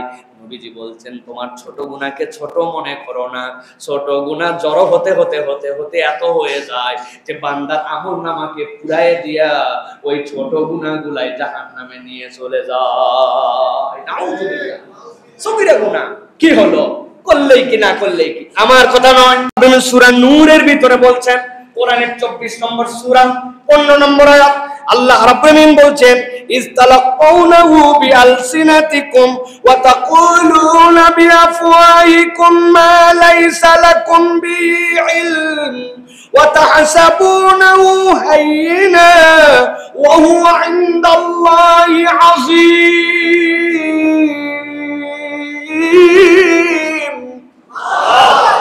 আল্লাহ বলছেন যখন তোমরা মুখ দিয়ে কিছু বলো মনে করো কেউ শুনতেছে না আর নিজে নিজে ভাবো হাইয়িনা হালকা জিনিস ছোটখাটো বিষয় মুখে মুখে এই কথা বলাই হয়ে থাকে এইটাই এত ধরার কি আছে আল্লাহ বলছেন ওয়াহুয়া ইনদাল্লাহি আযীম বান্দা তুমি যা ছোট ভাবতেছো আল্লাহর কাছে ওইটাই বিশাল বড় নাতিরে ডাক দিয়ে বলছে এদিকে আয় এই হারামজাদা এদিকে আয় দোকান থেকে যে একটা পান নিয়ে আয় আপন নাতি ছেলেকে হারামজাদা বলে ডাক দিছে আদর করে আসে না এই শালার বেটা কিছু বন্ধুকে বন্ধু ডাক দিয়েছে শালার বেটা চিন্তা করছে এটা বলেই আমাদের এলাকার মুখের কথা এরকম আছে না এরকম অথচ এই কথাটা ইসলাম পছন্দ করে না আল্লাহ আল্লাহ রসুল আপনাকে বলতে নিষেধ করেছে আপনি এটারে আমলেই নেন না এইটা শয়তানের তৃতীয় কৌশল সে আপনাকে গুনাহ সগীরা আমলে নিতে দিবে না কিন্তু জড়ো হতে হতে হতে হতে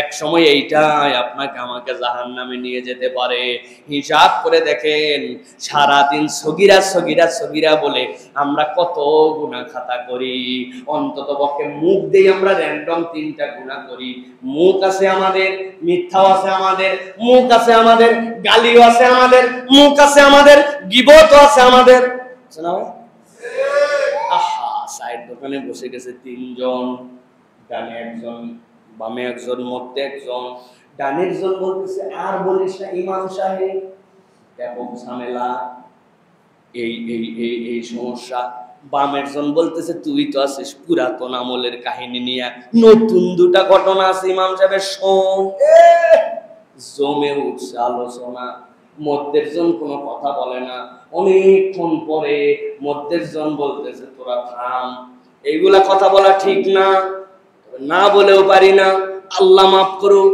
কথা ঠিক বুঝেননি না এইগুলা কথা বলা ঠিক না না বলেও পারি না আল্লাহ মাফ করুক কথা ঠিক কি সুন্দর ভাবে হালাল গীবত নাকি নাউজুবিল্লাহ বলবেন না দুই বন্ধু বসলেই তিনজনের জন্য পিছনে কথা গীবত কোনো মিথ্যা কথা নয় সত্য কথাই তার অনুপস্থিতিতে বলার নামই গীবত এইটা যদিও কবিরা গুনাহ কিন্তু আমাদের কালচারে এইটার গুনাহই মনে হয় না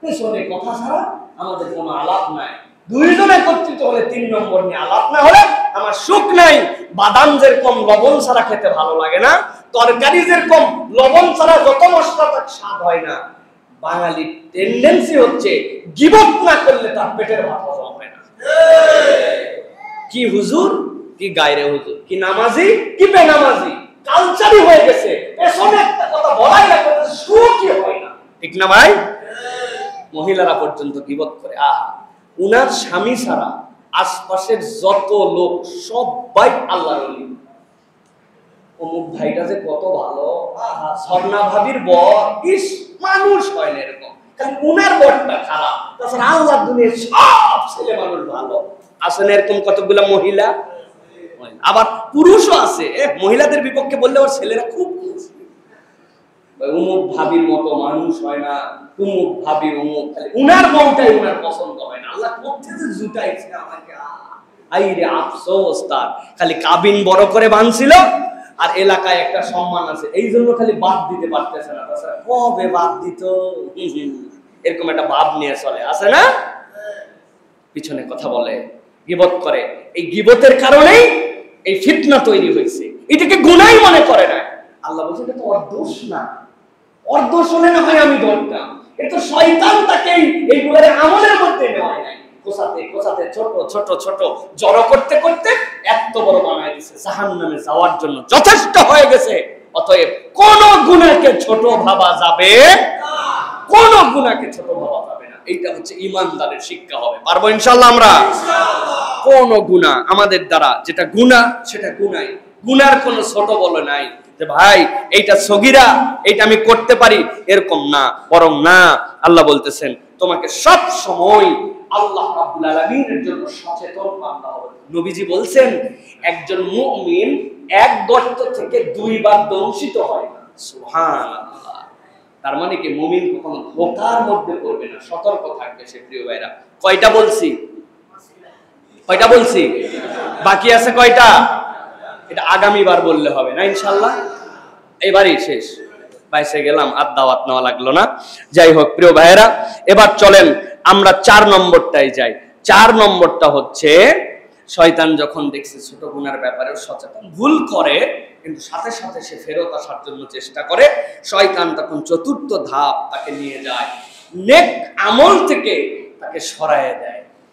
নতুন কোন নেক আমল তার জীবনে যুক্ত হয় না।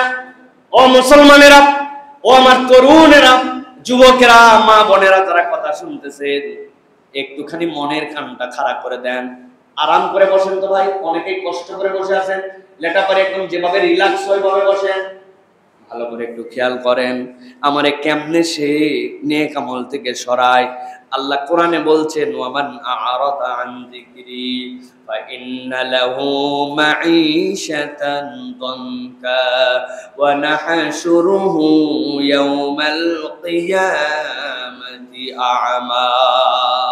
আল্লাহ বলছেন কিয়ামতের দিন যাওয়ার পরে, আল্লাহর সামনে উপস্থাপিত হওয়ার পরে একদল লোককে বলা হবে, ওই মানুষগুলোর অপরাধ হচ্ছে তারা দুনিয়াতে আল্লাহ রাব্বুল আলামিনের জিকির থেকে সরে গিয়েছিল।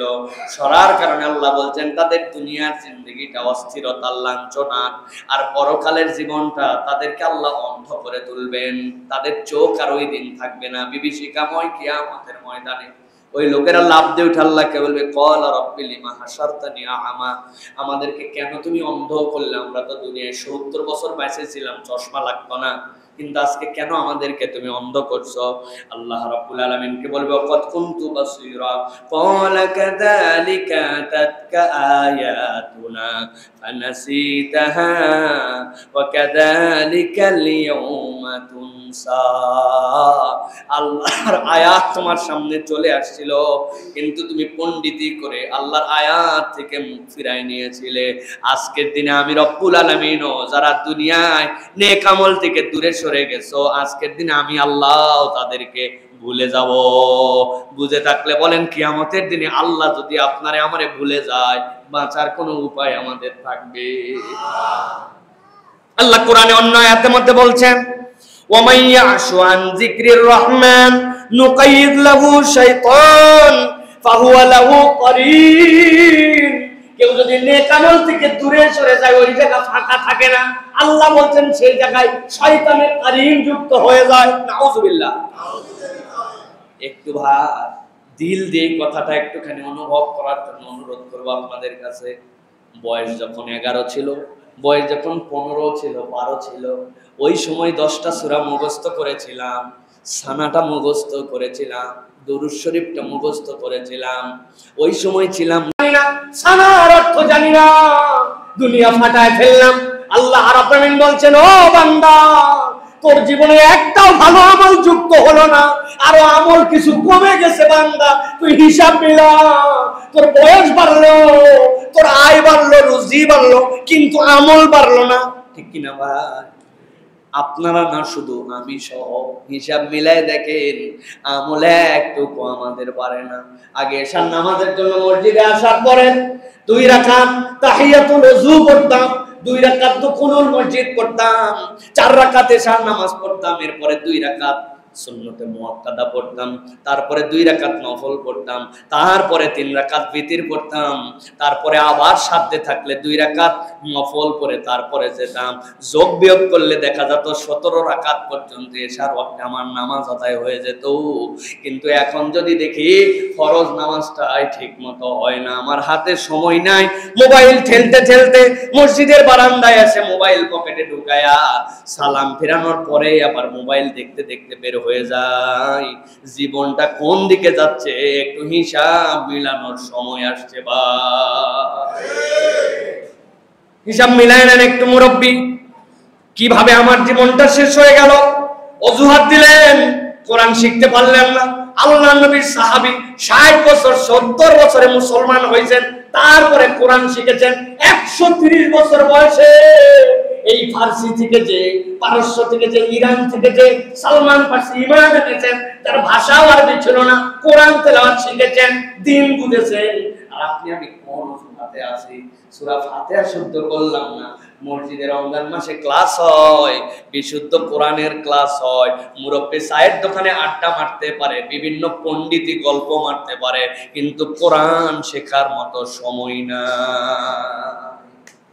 রাগ করতেছেন ভাই? রাগ করছেন না তো? দোষ তো আমার না, এটা তো শয়তানের কৌশল। নতুন আমল তার জীবনে একটাও যুক্ত হয় নাই। লাস্ট 1 বছরে বুকে হাত দিয়ে বলেন, আমি এর আগে আমল করতাম না, নতুন এই আমল 2টা করি, র‍্যান্ডম ছাড়ি না। আছে টেনশনে পড়ে যাব, কি আমল খোঁজা লাগবে আমার। অথচ 2-4টা আমল তো আপনি করতে পারেন। প্রত্যেকদিন কিছু না হলেও আল্লাহর নবীর প্রতি 100 বার দরুদ পড়েন আপনি। যতবার ওযু করেন ততবার 2 রাকাত নামাজ পড়েন আপনি। মসজিদে ঢুকে ধাপাস করে বসেন না, অন্তত 2 রাকাত তাহিয়াতুল মসজিদে নামাজ না পড়ে আপনি বসেন না। নামাজের পরে আপনি আজকার যেগুলো আছে আজকারগুলো বাদ দেন না। ফজরের পরে মাঝে মাঝে জায়গাতেই বসে থাকেন, সূর্য উঠতে মাত্র 30 মিনিট লাগে, 25 মিনিট, এরপরে আপনি 2 রাকাত নামাজ পড়ে আপনি যান। আল্লাহ রাব্বুল আমিন আপনার আমার আমলনামায় একটা উমরা একটা হজের সওয়াব লিখে দেন। অথচ কত সময় নষ্ট হয়ে গেল, নিজের জীবনে সপ্তাহে একবারও এই আমল হয় না। নামাজের পরে 33 বার সুবহানাল্লাহ, আলহামদুলিল্লাহ, আল্লাহু আকবার করবে, এইটুক সময় পর্যন্ত আমার হাতে নাই। সময়ের মালিক আল্লাহ, যিনি আমারে সময় দিলেন, আমি বান্দা তারে আবার হাইকোর্ট দেখায়। ঠিক না ভাই? দোষ কার? দোষ তো আমার না, দোষ শয়তান আমারে এটা করতে দেয় না। এটা তো তার টার্গেট। কেমনে ওরে পিছায় দেওয়া যায়, কেমনে তারে ঠেকায় দেওয়া যায়, এটা তার টার্গেট। তাহলে আজকে থেকে জানলাম আমার জীবনে নতুন কিছু আমল যুক্ত করতে হবে। র‍্যান্ডম প্রত্যেকদিন আমল বাড়বে, আমার অল্প হবে, র‍্যান্ডম হবে, পারবো ইনশাআল্লাহ। এবার চলেন 5 নম্বর। শয়তান যখন মানুষকে এই 4টা কৌশলে পরাস্ত করতে পারে না, শয়তান তখন 5ম কৌশল নেয়। সে তখন কম গুরুত্বপূর্ণ কাজগুলোকে তার সামনে প্রায়োরিটি দেখায়, আর গুরুত্বপূর্ণ কাজগুলা থেকে তাকে সরায় দেয়, বুঝায় এইটাই এখন তোর গুরুত্বপূর্ণ। অথচ এর থেকে গুরুত্বপূর্ণ কাজ ছিল বুঝেন নাই মনে হয়।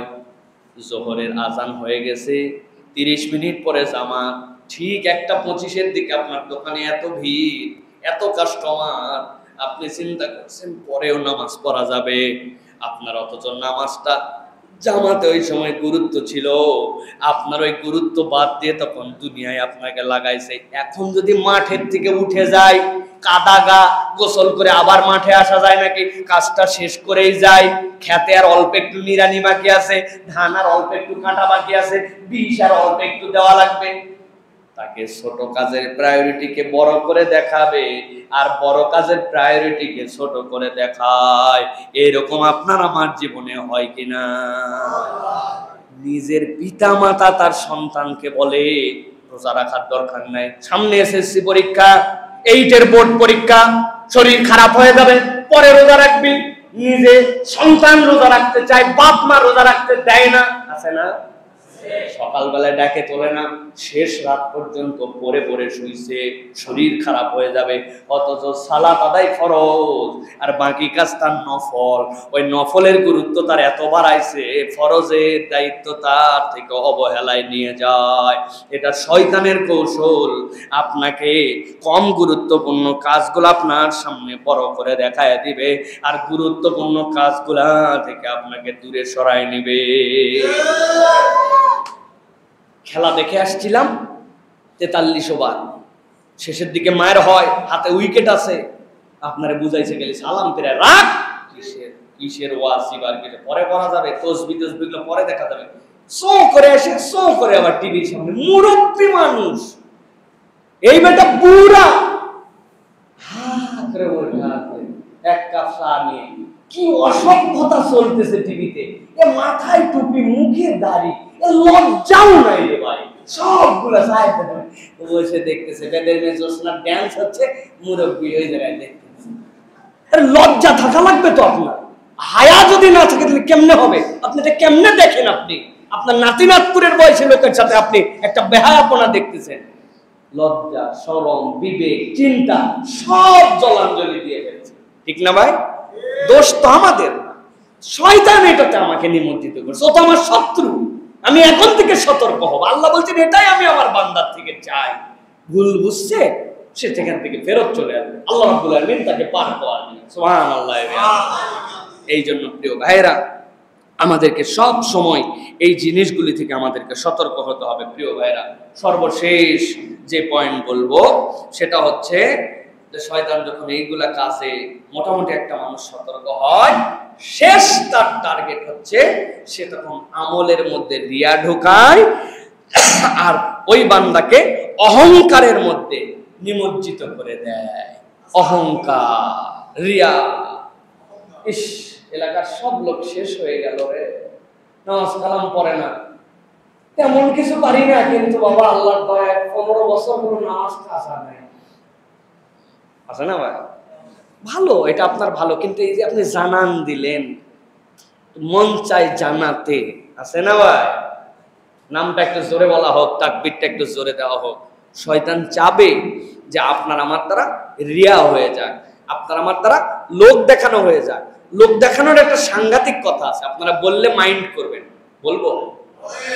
আল্লাহ বলছেন ফাওয়াইলুল লিল মুসাল্লিন আল্লাযীনা হুম আন সালাতিহিম সাহুন। আপনি যখন মসজিদে এসে নামাজের পরে সুন্নত পড়েন, তখন আপনি আশপাশে মুসল্লি থাকলে যদি দেখতেছে, তখন রুকু সিজদাগুলো যাই হোক একটু ঠিকঠাক মতো পড়েন মুসল্লির ভয়ে।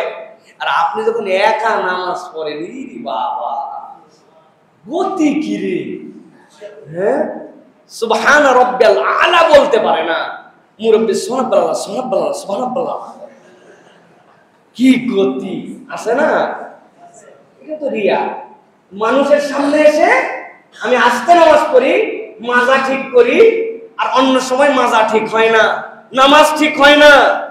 কেমন মুসলমান আমি? তাহলে এটা হিসাব করা লাগবে প্রিয় ভাইয়েরা। পিকনিকে যায় ধর্মীয় শিক্ষক সহ, যাওয়ার সময় বাসগুলা যখন এলাকা পার হয়, যেইগুলা পিকনিকের বাস, দেখবেন বাস এলাকা কাঁপায় দিয়ে যায়, আছে না? মুসলমানের ঘরের সন্তান চিন্তা করছে পিকনিকের কয়দিন বোধহয় নামাজও লাগে না, গান বাজনাও হালাল, আছে না? কথা বলেন বুঝে হিসাব করে। কেন এই কথা বললাম? রিয়া, লৌকিকতা, লোক দেখানো। আর একটা কি অহংকার, আমি যেমন উনি তেমন নয়, আমি উনার থেকে ভালো। সুন্দর পোশাক পরার নাম অহংকার নয়, রুচিশীল ড্রেস আপ পরা ইমানি দায়িত্ব। কুযুযিনাতাকুম ইনদা কুল্লি মসজিদ। আপনি মসজিদে একটা টুপি পরে আসেন, যে টুপিতে দুর্গন্ধ বের হয়, দুনিয়া ধুয়ে ফেললেন, টুপি ধোন নাই, টুপির বারান্দা দিয়ে আপনার লাল হতে হতে করকরা হয়ে গেছে, আপনার জামাটা ছেঁতরা পড়ে গেছে, আপনি নিজের গন্ধ নিজে পান না, আশপাশের লোক আপনার গন্ধ পায়। আল্লাহ বলছে সুন্দর পোশাক পরে যাও। উনি এই দিকে কোনো সতর্ক না, সারা জীবন জামা পর্যন্ত সাবান দিয়ে কাছে, লুঙ্গির জীবনে সাবান দিল না, পানিতে খাসে, পানিতে তুলে তেল তেলা হয়ে গেছে, ওইটা দুর্গন্ধ বের হয়, বোঝে না। আল্লাহ বলছে সুন্দর পোশাক পরে, ইন্নাল্লাহ জামিলুন ইউহিব্বুল জামাল। আল্লাহ তোমাকে যা দিছে সেটা তুমি জানান দাও। আল্লাহ আমার সুন্দর বাড়ি দরকার, সুন্দর ঘর দরকার, বড় আমার বাড়ি দরকার, এগুলো নিয়ামত আল্লাহ দিছে, আমি হক আদায় করতেছি, শুকরিয়া।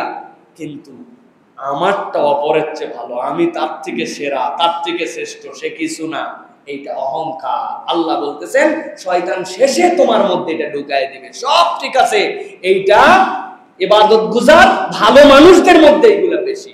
আমি খালি জান্নাতি দল, বাকি সব জাহান্নামী। আছে না?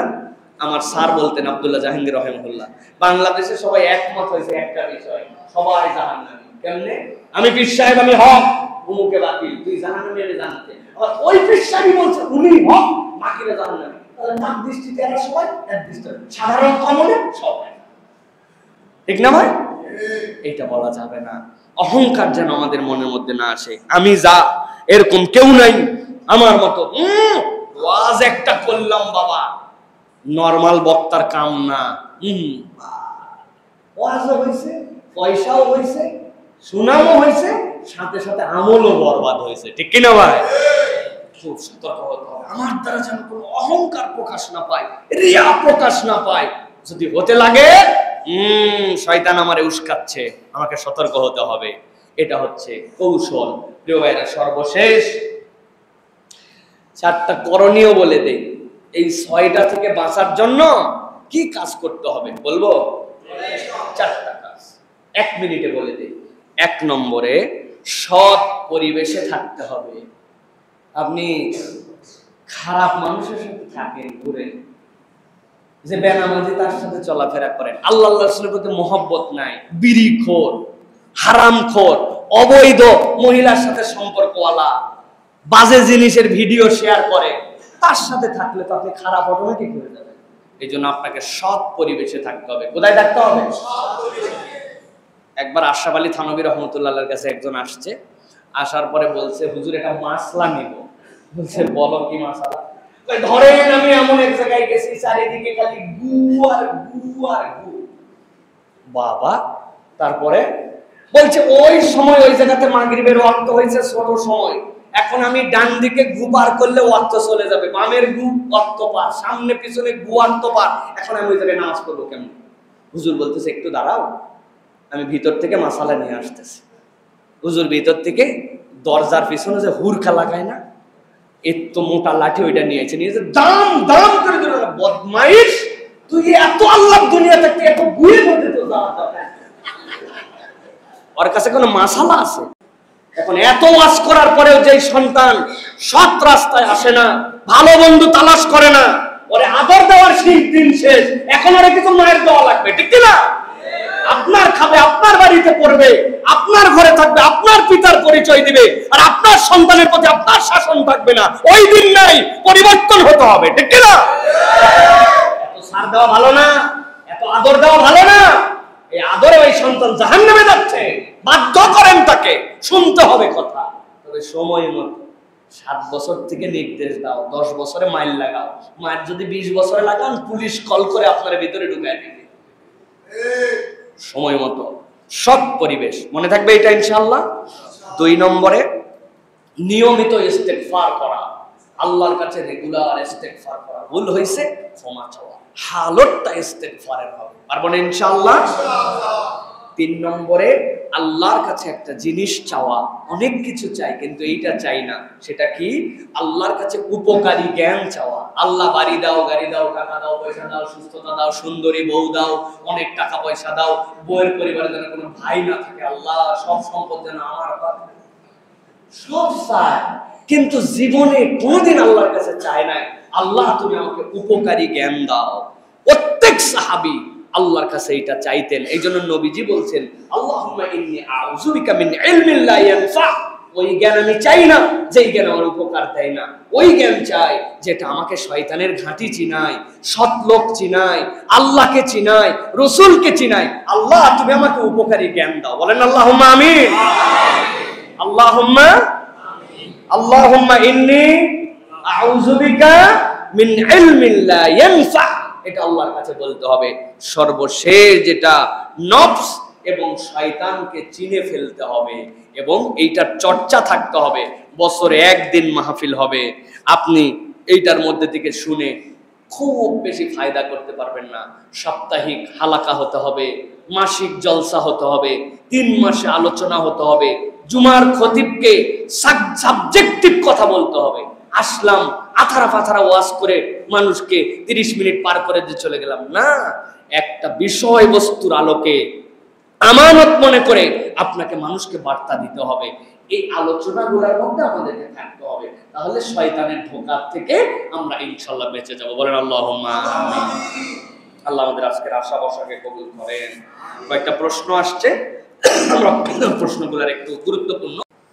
কোন পুরুষ ব্যক্তি যদি বিভিন্ন পাপ কাজ করে থাকে এবং অনেক অপরাধ করে, কিন্তু সে 5 ওয়াক্ত নামাজও পড়ে, লোক দেখানো কিছু সামাজিক কাজও তিনি করে, সেই ব্যক্তি কোনো মৃত মানুষকে গোসল দিতে পারবে? প্রিয় ভাইরা, প্রথম কথা হচ্ছে, যে কোনো মুসলমান, মুসলিম, সে যদি কাফের না হয় তাহলে সে মুসলমানকে গোসল দিতে পারবে।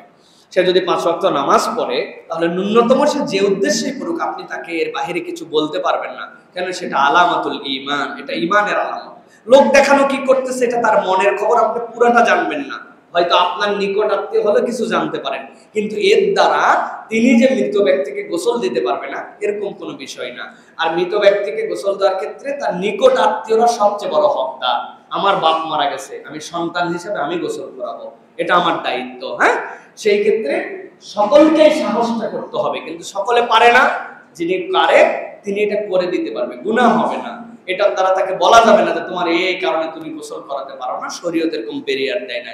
তবে কারোর মধ্যে যদি এরকম অবস্থা থাকে যেটা লোক দেখানো, তাহলে ওই যে বললাম রিয়া, ওটা শয়তানের কৌশল, সেখান থেকে আপনাকেও বের হতে হবে। ভাই, আপনি একটা মহৎ কাজ করেন কিন্তু বাকি কাজগুলো আপনার লোক দেখানো, তাহলে তো আপনি মুনাফেক মার্কা মুসলমান।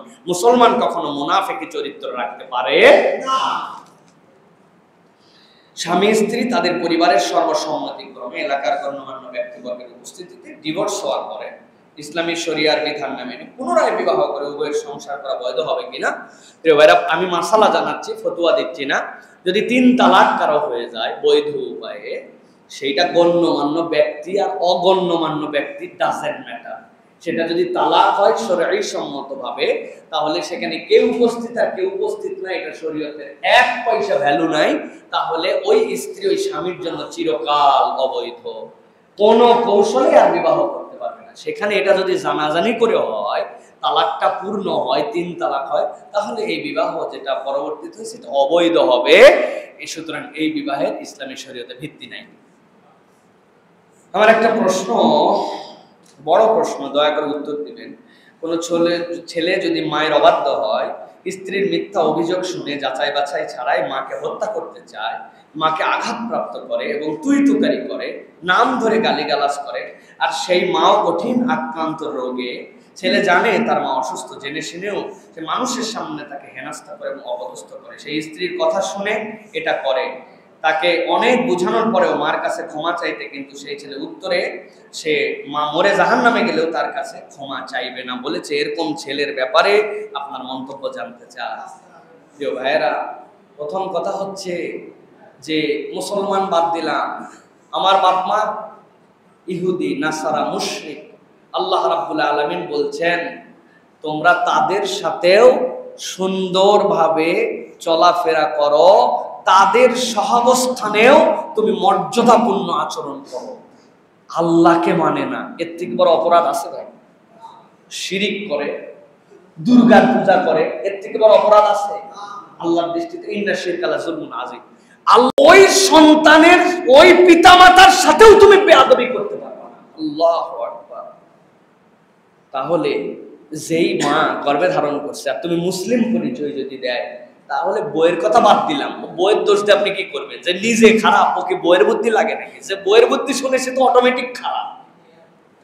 তাহলে সে যদি এরকম করে, এটা গুনাহ কবিরা।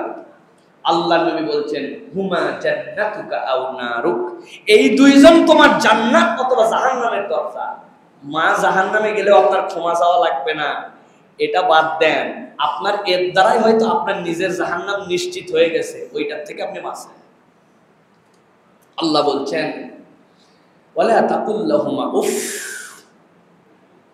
তাদের সাথে উফ শব্দ বলো না। আপনি চিন্তা করছেন কথা বললেই ঝগড়াঝাটি হয়, যা আব্বা আমার সাথে কথাই বলবো না, ঝামেলা শুকে গেল, তাই তো না? আল্লাহ বলছে জি না, আমি আল্লাহ বলছি ওয়ালা তাকুল্লাহুমা উফিন, উফ বলবে না, চুপ করে থাকতে পারবে না। ওয়াকুলু, তুমি তার সাথে কথা বলো লাইয়িনা, নরম করে, হুসনা, সুন্দর করে কথা বলা ফরজ, উফ বলা তোমার জন্য হারাম। সেই সন্তান কত বড় অভাগা, মারে গালি দেয়, মারে গলা ধাক্কা দেয়, মার কাছে মাপ চায় না, দরকার নাই, ওই মায়ের ঠেকা নাই। কিন্তু কোনো একদিন আপনি যাই আটকাবেন। নবীজির সাহাবীর মুখ দিয়ে কালেমা আসতেছিল না, আল্লাহ নবী বলছেন তোর মায়ের কাছে খবর শোনো। বলি ইয়া রাসূলুল্লাহ, আমার সন্তান সব ভালো, কিন্তু স্ত্রীকে আমার উপর এত প্রায়োরিটি দেয় যেটা আমার কষ্ট লাগে। আল্লাহ নবী বললেন তো কালেমা হবে না, আগুন আগুন আগুন, তাড়াতাড়ি করো, কাঠমাট সব জড়ো করো, আগুনে পুড়াই দাও। মহিলা মা বলতেছে কেন? বলছে যেটা এই দুনিয়ায় দেখতেছে ওটা পরকালে অপেক্ষা করতেছে। মায়ের সাথে খাওয়ায় পড়ায় সব ভালো, স্ত্রীর উপর প্রায়োরিটি দেওয়ার কারণে মার বুকে একটু কষ্ট, সাহাবীর কালেমায় নসিব হয় না। আপনি কোন সার? আপনি কোন স্যার? বাসেন, বাপ মার সাথে বেয়াদবি করেন না, তকদির দুনিয়া আখিরাত ধ্বংস হয়ে যাবে। ওই মহিলা আক্ষেপে বলল, আমি আমার সন্তানকে জাহান্নামে নিতে পারবো না, সাথে সাথে আমি আমার সন্তানকে মাফ করে দিলাম। সাহাবীরা দৌড়ায় যায়, দেখে বলা লাগে নাই, তালকিন করা লাগে নাই, ওই সাহাবী কালেমা পড়তে পড়তে মরণ হয়ে গেছে। এর নাম মা। হিসাব করে চলেন, ব্যাককলি করেন না, দুনিয়া আখিরাত বরবাদ হয়ে যাবে। আল্লাহ আমাদেরকে বোঝার তৌফিক দান করেন। বাচ্চা আরো সুন্দর লাগে দেখতে, অনেকেই দেখবেন সৌন্দর্যের জন্য দেয়। আমার মা একজন আলেমা, শুধু আলেমা নয়, ব্রিলিয়ান্ট একজন স্টুডেন্ট তার আমলে। তো আমার মাকেও দেখছে, আমার ছোট ভাইটাকে দুই একবার মাঝে মাঝে দিয়ে দিছে। তো আব্বা বলছে, কি ব্যাপার, তুমি বললে যে দেখতে সুন্দর লাগে, বেশি ফর্সা ছেলে তো একটু দিলে, এই জন্য। তো জানেই মাসালা, তো এই সৌন্দর্যের চর্চার জন্য যদি কেউ দেয়, এটা না যায় না, কিন্তু এটা দিলে নজর বন্ধ, এটা দিলে তার ইয়া লাগবে না, এর শরীয়তে কোনো ভিত্তি নাই। এখান থেকে আমাদের বেরিয়ে আসতে হবে। গর্ভবতী বা বাচ্চার ক্ষেত্রে বাইরে বের হওয়ার আগে রসুন, ম্যাশ, লোহা রাখা, বাইরে থেকে ভাজা পোড়া খাবার, মাছ আনলে আগুনে সেকা দেওয়া, এটা সম্পূর্ণ হিন্দুয়ানি বিশ্বাস যে চুলার নিচে একটা মরিচ থাকে না চাচা? হ্যাঁ, তারপরে বাহির থেকে মাছ নিয়ে এসে গর্ভবতী মায়ের নজর লাগে যাবে জন্য সেকেলে নিয়ে ভিতরে ঢুকে। এটা টোটাল হিন্দুদের বিশ্বাস। ইসলামে মুসলমানদের সাথে দূরতম সম্পর্ক নাই। ওই বিশ্বাসে করলে আপনি এটা কুফরি শিরিক পর্যন্ত করে ফেলতে পারেন। সুতরাং খবরদার এগুলা করবেন না। গা বন্ধের জন্য যেটা বললাম, যে আমলগুলোর কথা বললাম, এইগুলা মা বোনেরা করবেন। আর নিজের মধ্যে যদি বেশি ভয় লাগে, তাহলে আল্লাহু নূরুস সামাওয়াতি ওয়াল আরদ, এটা বারবার করবেন। ইনশাআল্লাহ আপনার সন্তানকে আল্লাহ সুস্থ রাখবে। আল্লাহ আপনার সাথে একটা আলোকিত জগৎ যুক্ত করে দিবে। আপনাকে কোনো জিন, শয়তান কেউ কোনো ক্ষতি করতে পারবে না ইনশাআল্লাহ। কিন্তু এইগুলা করা যাবে না। বাড়িতে ছেঁড়া জুতা টানায় রাখে, গাড়ির পিছনেও ঝুলায় রাখে। এই ক্ষেত্রে শরীয়তের বিধান কি একই কথা? গাড়ির পিছনে ছেঁড়া জুতা ঝুলায় রাখে, বাড়ির মধ্যে ছেঁড়া জুতা। আরে ছেঁড়া জুতা যদি সব ঠেকাতে পারে, মুসলমান কি কপাল পোড়া আমরা চিন্তা করছেন আপনি? বিশ্বাস কোথায় গেছে আমাদের প্রিয় ভাইরা? রসুন পেঁয়াজের খোসা, শুকনা মরিচ দিয়ে বাচ্চা ডাইন ওঠানো, কাপড় চিপড়ানো, পানি পায়ে দিলে স্বামীর আয়ু কমে, এরকম কিছু কথাবার্তা আমাদের সমাজে আছে। এগুলো একটার সাথে শরীয়তের কোনো সম্পর্ক নাই। ওই যে দেখবেন লুঙ্গি টুঙ্গি সব নিয়ে জুতা পরে শেষে হচ্ছে ওই সিপে পানির মধ্যে দেখো, হায় হায় নিজের আয়ু নিজে খাইলো রে, বলো এ কাম করতে হয় না? আহা, উনি কোথায় পাইলো এই শরীয়ত? ভাই, আল্লাহ রাব্বুল আলামিন আপনার হায়াত নির্ধারণ করে পাঠাইছে। তাহলে যেইগুলা লোকের অসুখ, ও দুনিয়ায় থাকতে চায় না, অত বেশি বেশি করে 3 বার করে গোসল করলে লুঙ্গি সিপা পানি পায়ের উপর দেওয়া দরকার, যাতে শর্ট করে মরে যায়। প্রিয় ভাইরা, না, এগুলোর সাথে শরীয়তের কোনো ভিত্তি নাই। আল্লাহ আমাদেরকে বোঝার তৌফিক দান করেন। হাদা মা ইনদি ওয়াল ইলমু ইনদাল্লাহ। সুবহানাকাল্লাহুম্মা বিহামদিকা আশহাদু আল্লা ইলাহা ইল্লা আনতা আস্তাগফিরুকা ওয়া আতুবু ইলাইক। তোমার কিছু আছে না শেষ করে দিব? اللهم صل على سيدنا نبينا شفيعنا حبيبنا مولانا محمد. اللهم صل على سيدنا نبينا شفيعنا حبيبنا مولانا محمد. اللهم صل على سيدنا نبينا شفيعنا حبيبنا مولانا محمد. استغفر الله العظيم الذي اتوب اليه لا حول ولا قوه الا بالله. اللهم امين. اللهم ربنا ظلمنا انفسنا وان لم تغفر لنا وترحمنا لنكونن من الخاسرين. দয়াময় মেহেরবান মাবুদ আল্লাহ, বড় সুন্দর পরিবেশে আল্লাহ, আল্লাহ জান্নাতের ঘরের মধ্যে, আল্লাহ তোমার ঘরের মধ্যে বসে আল্লাহ তোমার গোলামেরা নিজেদের জীবনের মূল্যবান সময় থেকে আল্লাহ প্রায় আমার কথা 2 ঘন্টার মতো নিরবিচ্ছিন্নভাবে এখানে শুনেছেন আল্লাহ। সন্ধ্যা থেকে আল্লাহ সন্দেবী হুজুর সন্ন্যতের আলোচনা শুনেছেন, কোরআন তেলাওয়াত শুনেছেন আল্লাহ। আল্লাহ দয়া করে মেহেরবানি করে আমাদের আয়োজনকে তুমি কবুল করে নাও, এইটাকে ইবাদত হিসেবে কবুল করে নিয়ে আমাদের জীবনের গুনাহ খাতা মাফ করে দাও আল্লাহ। এখানে একজনও নাই যে বলবে আমার গুনাহ নাই, কিন্তু এখানে এমন মানুষও একজনও নাই যে বলবে তুমি ছাড়া কেউ আমাদের গুনাহ ক্ষমা করতে পারে। যেই বান্দারা তোমার কাছে বলতেছে তুমি ছাড়া কেউ মাফ করতে পারে না, আল্লাহ দয়া করে মেহেরবানি করে আল্লাহ ওই গোলামদের দ্বিতীয় কোনো দরজা নাই। এইটা যেহেতু তুমি জানো আল্লাহ, আল্লাহ তোমার কাছে ফরিয়াদ আজকের আয়োজনে আল্লাহ আমাদেরকে এইটাকে কবুল ইবাদত হিসেবে কবুল করে নিয়ে তুমি আমাদের জিন্দেগির গুনাহ খাতা মাফ করে দাও আল্লাহ। আমরা যারা আমিন আমিন বলছি আল্লাহ, জানি না কার আব্বা নাই কার আম্মা জানি কবরে, আল্লাহ আল্লাহ আমাদের আব্বা আম্মা যাদের কবরে তাদেরকে তুমি মাফ করে দাও আল্লাহ। আমাদের নেককার সন্তান হওয়ার তৌফিক দিয়ে দাও আয় রব্বুল আলামিন। আমাদের আপনজন যাদের কবরে তাদেরকে তুমি মাফ করে দাও। যার যার সমস্যা আছে দয়া করে মেহেরবানি করে দূর করে দাও।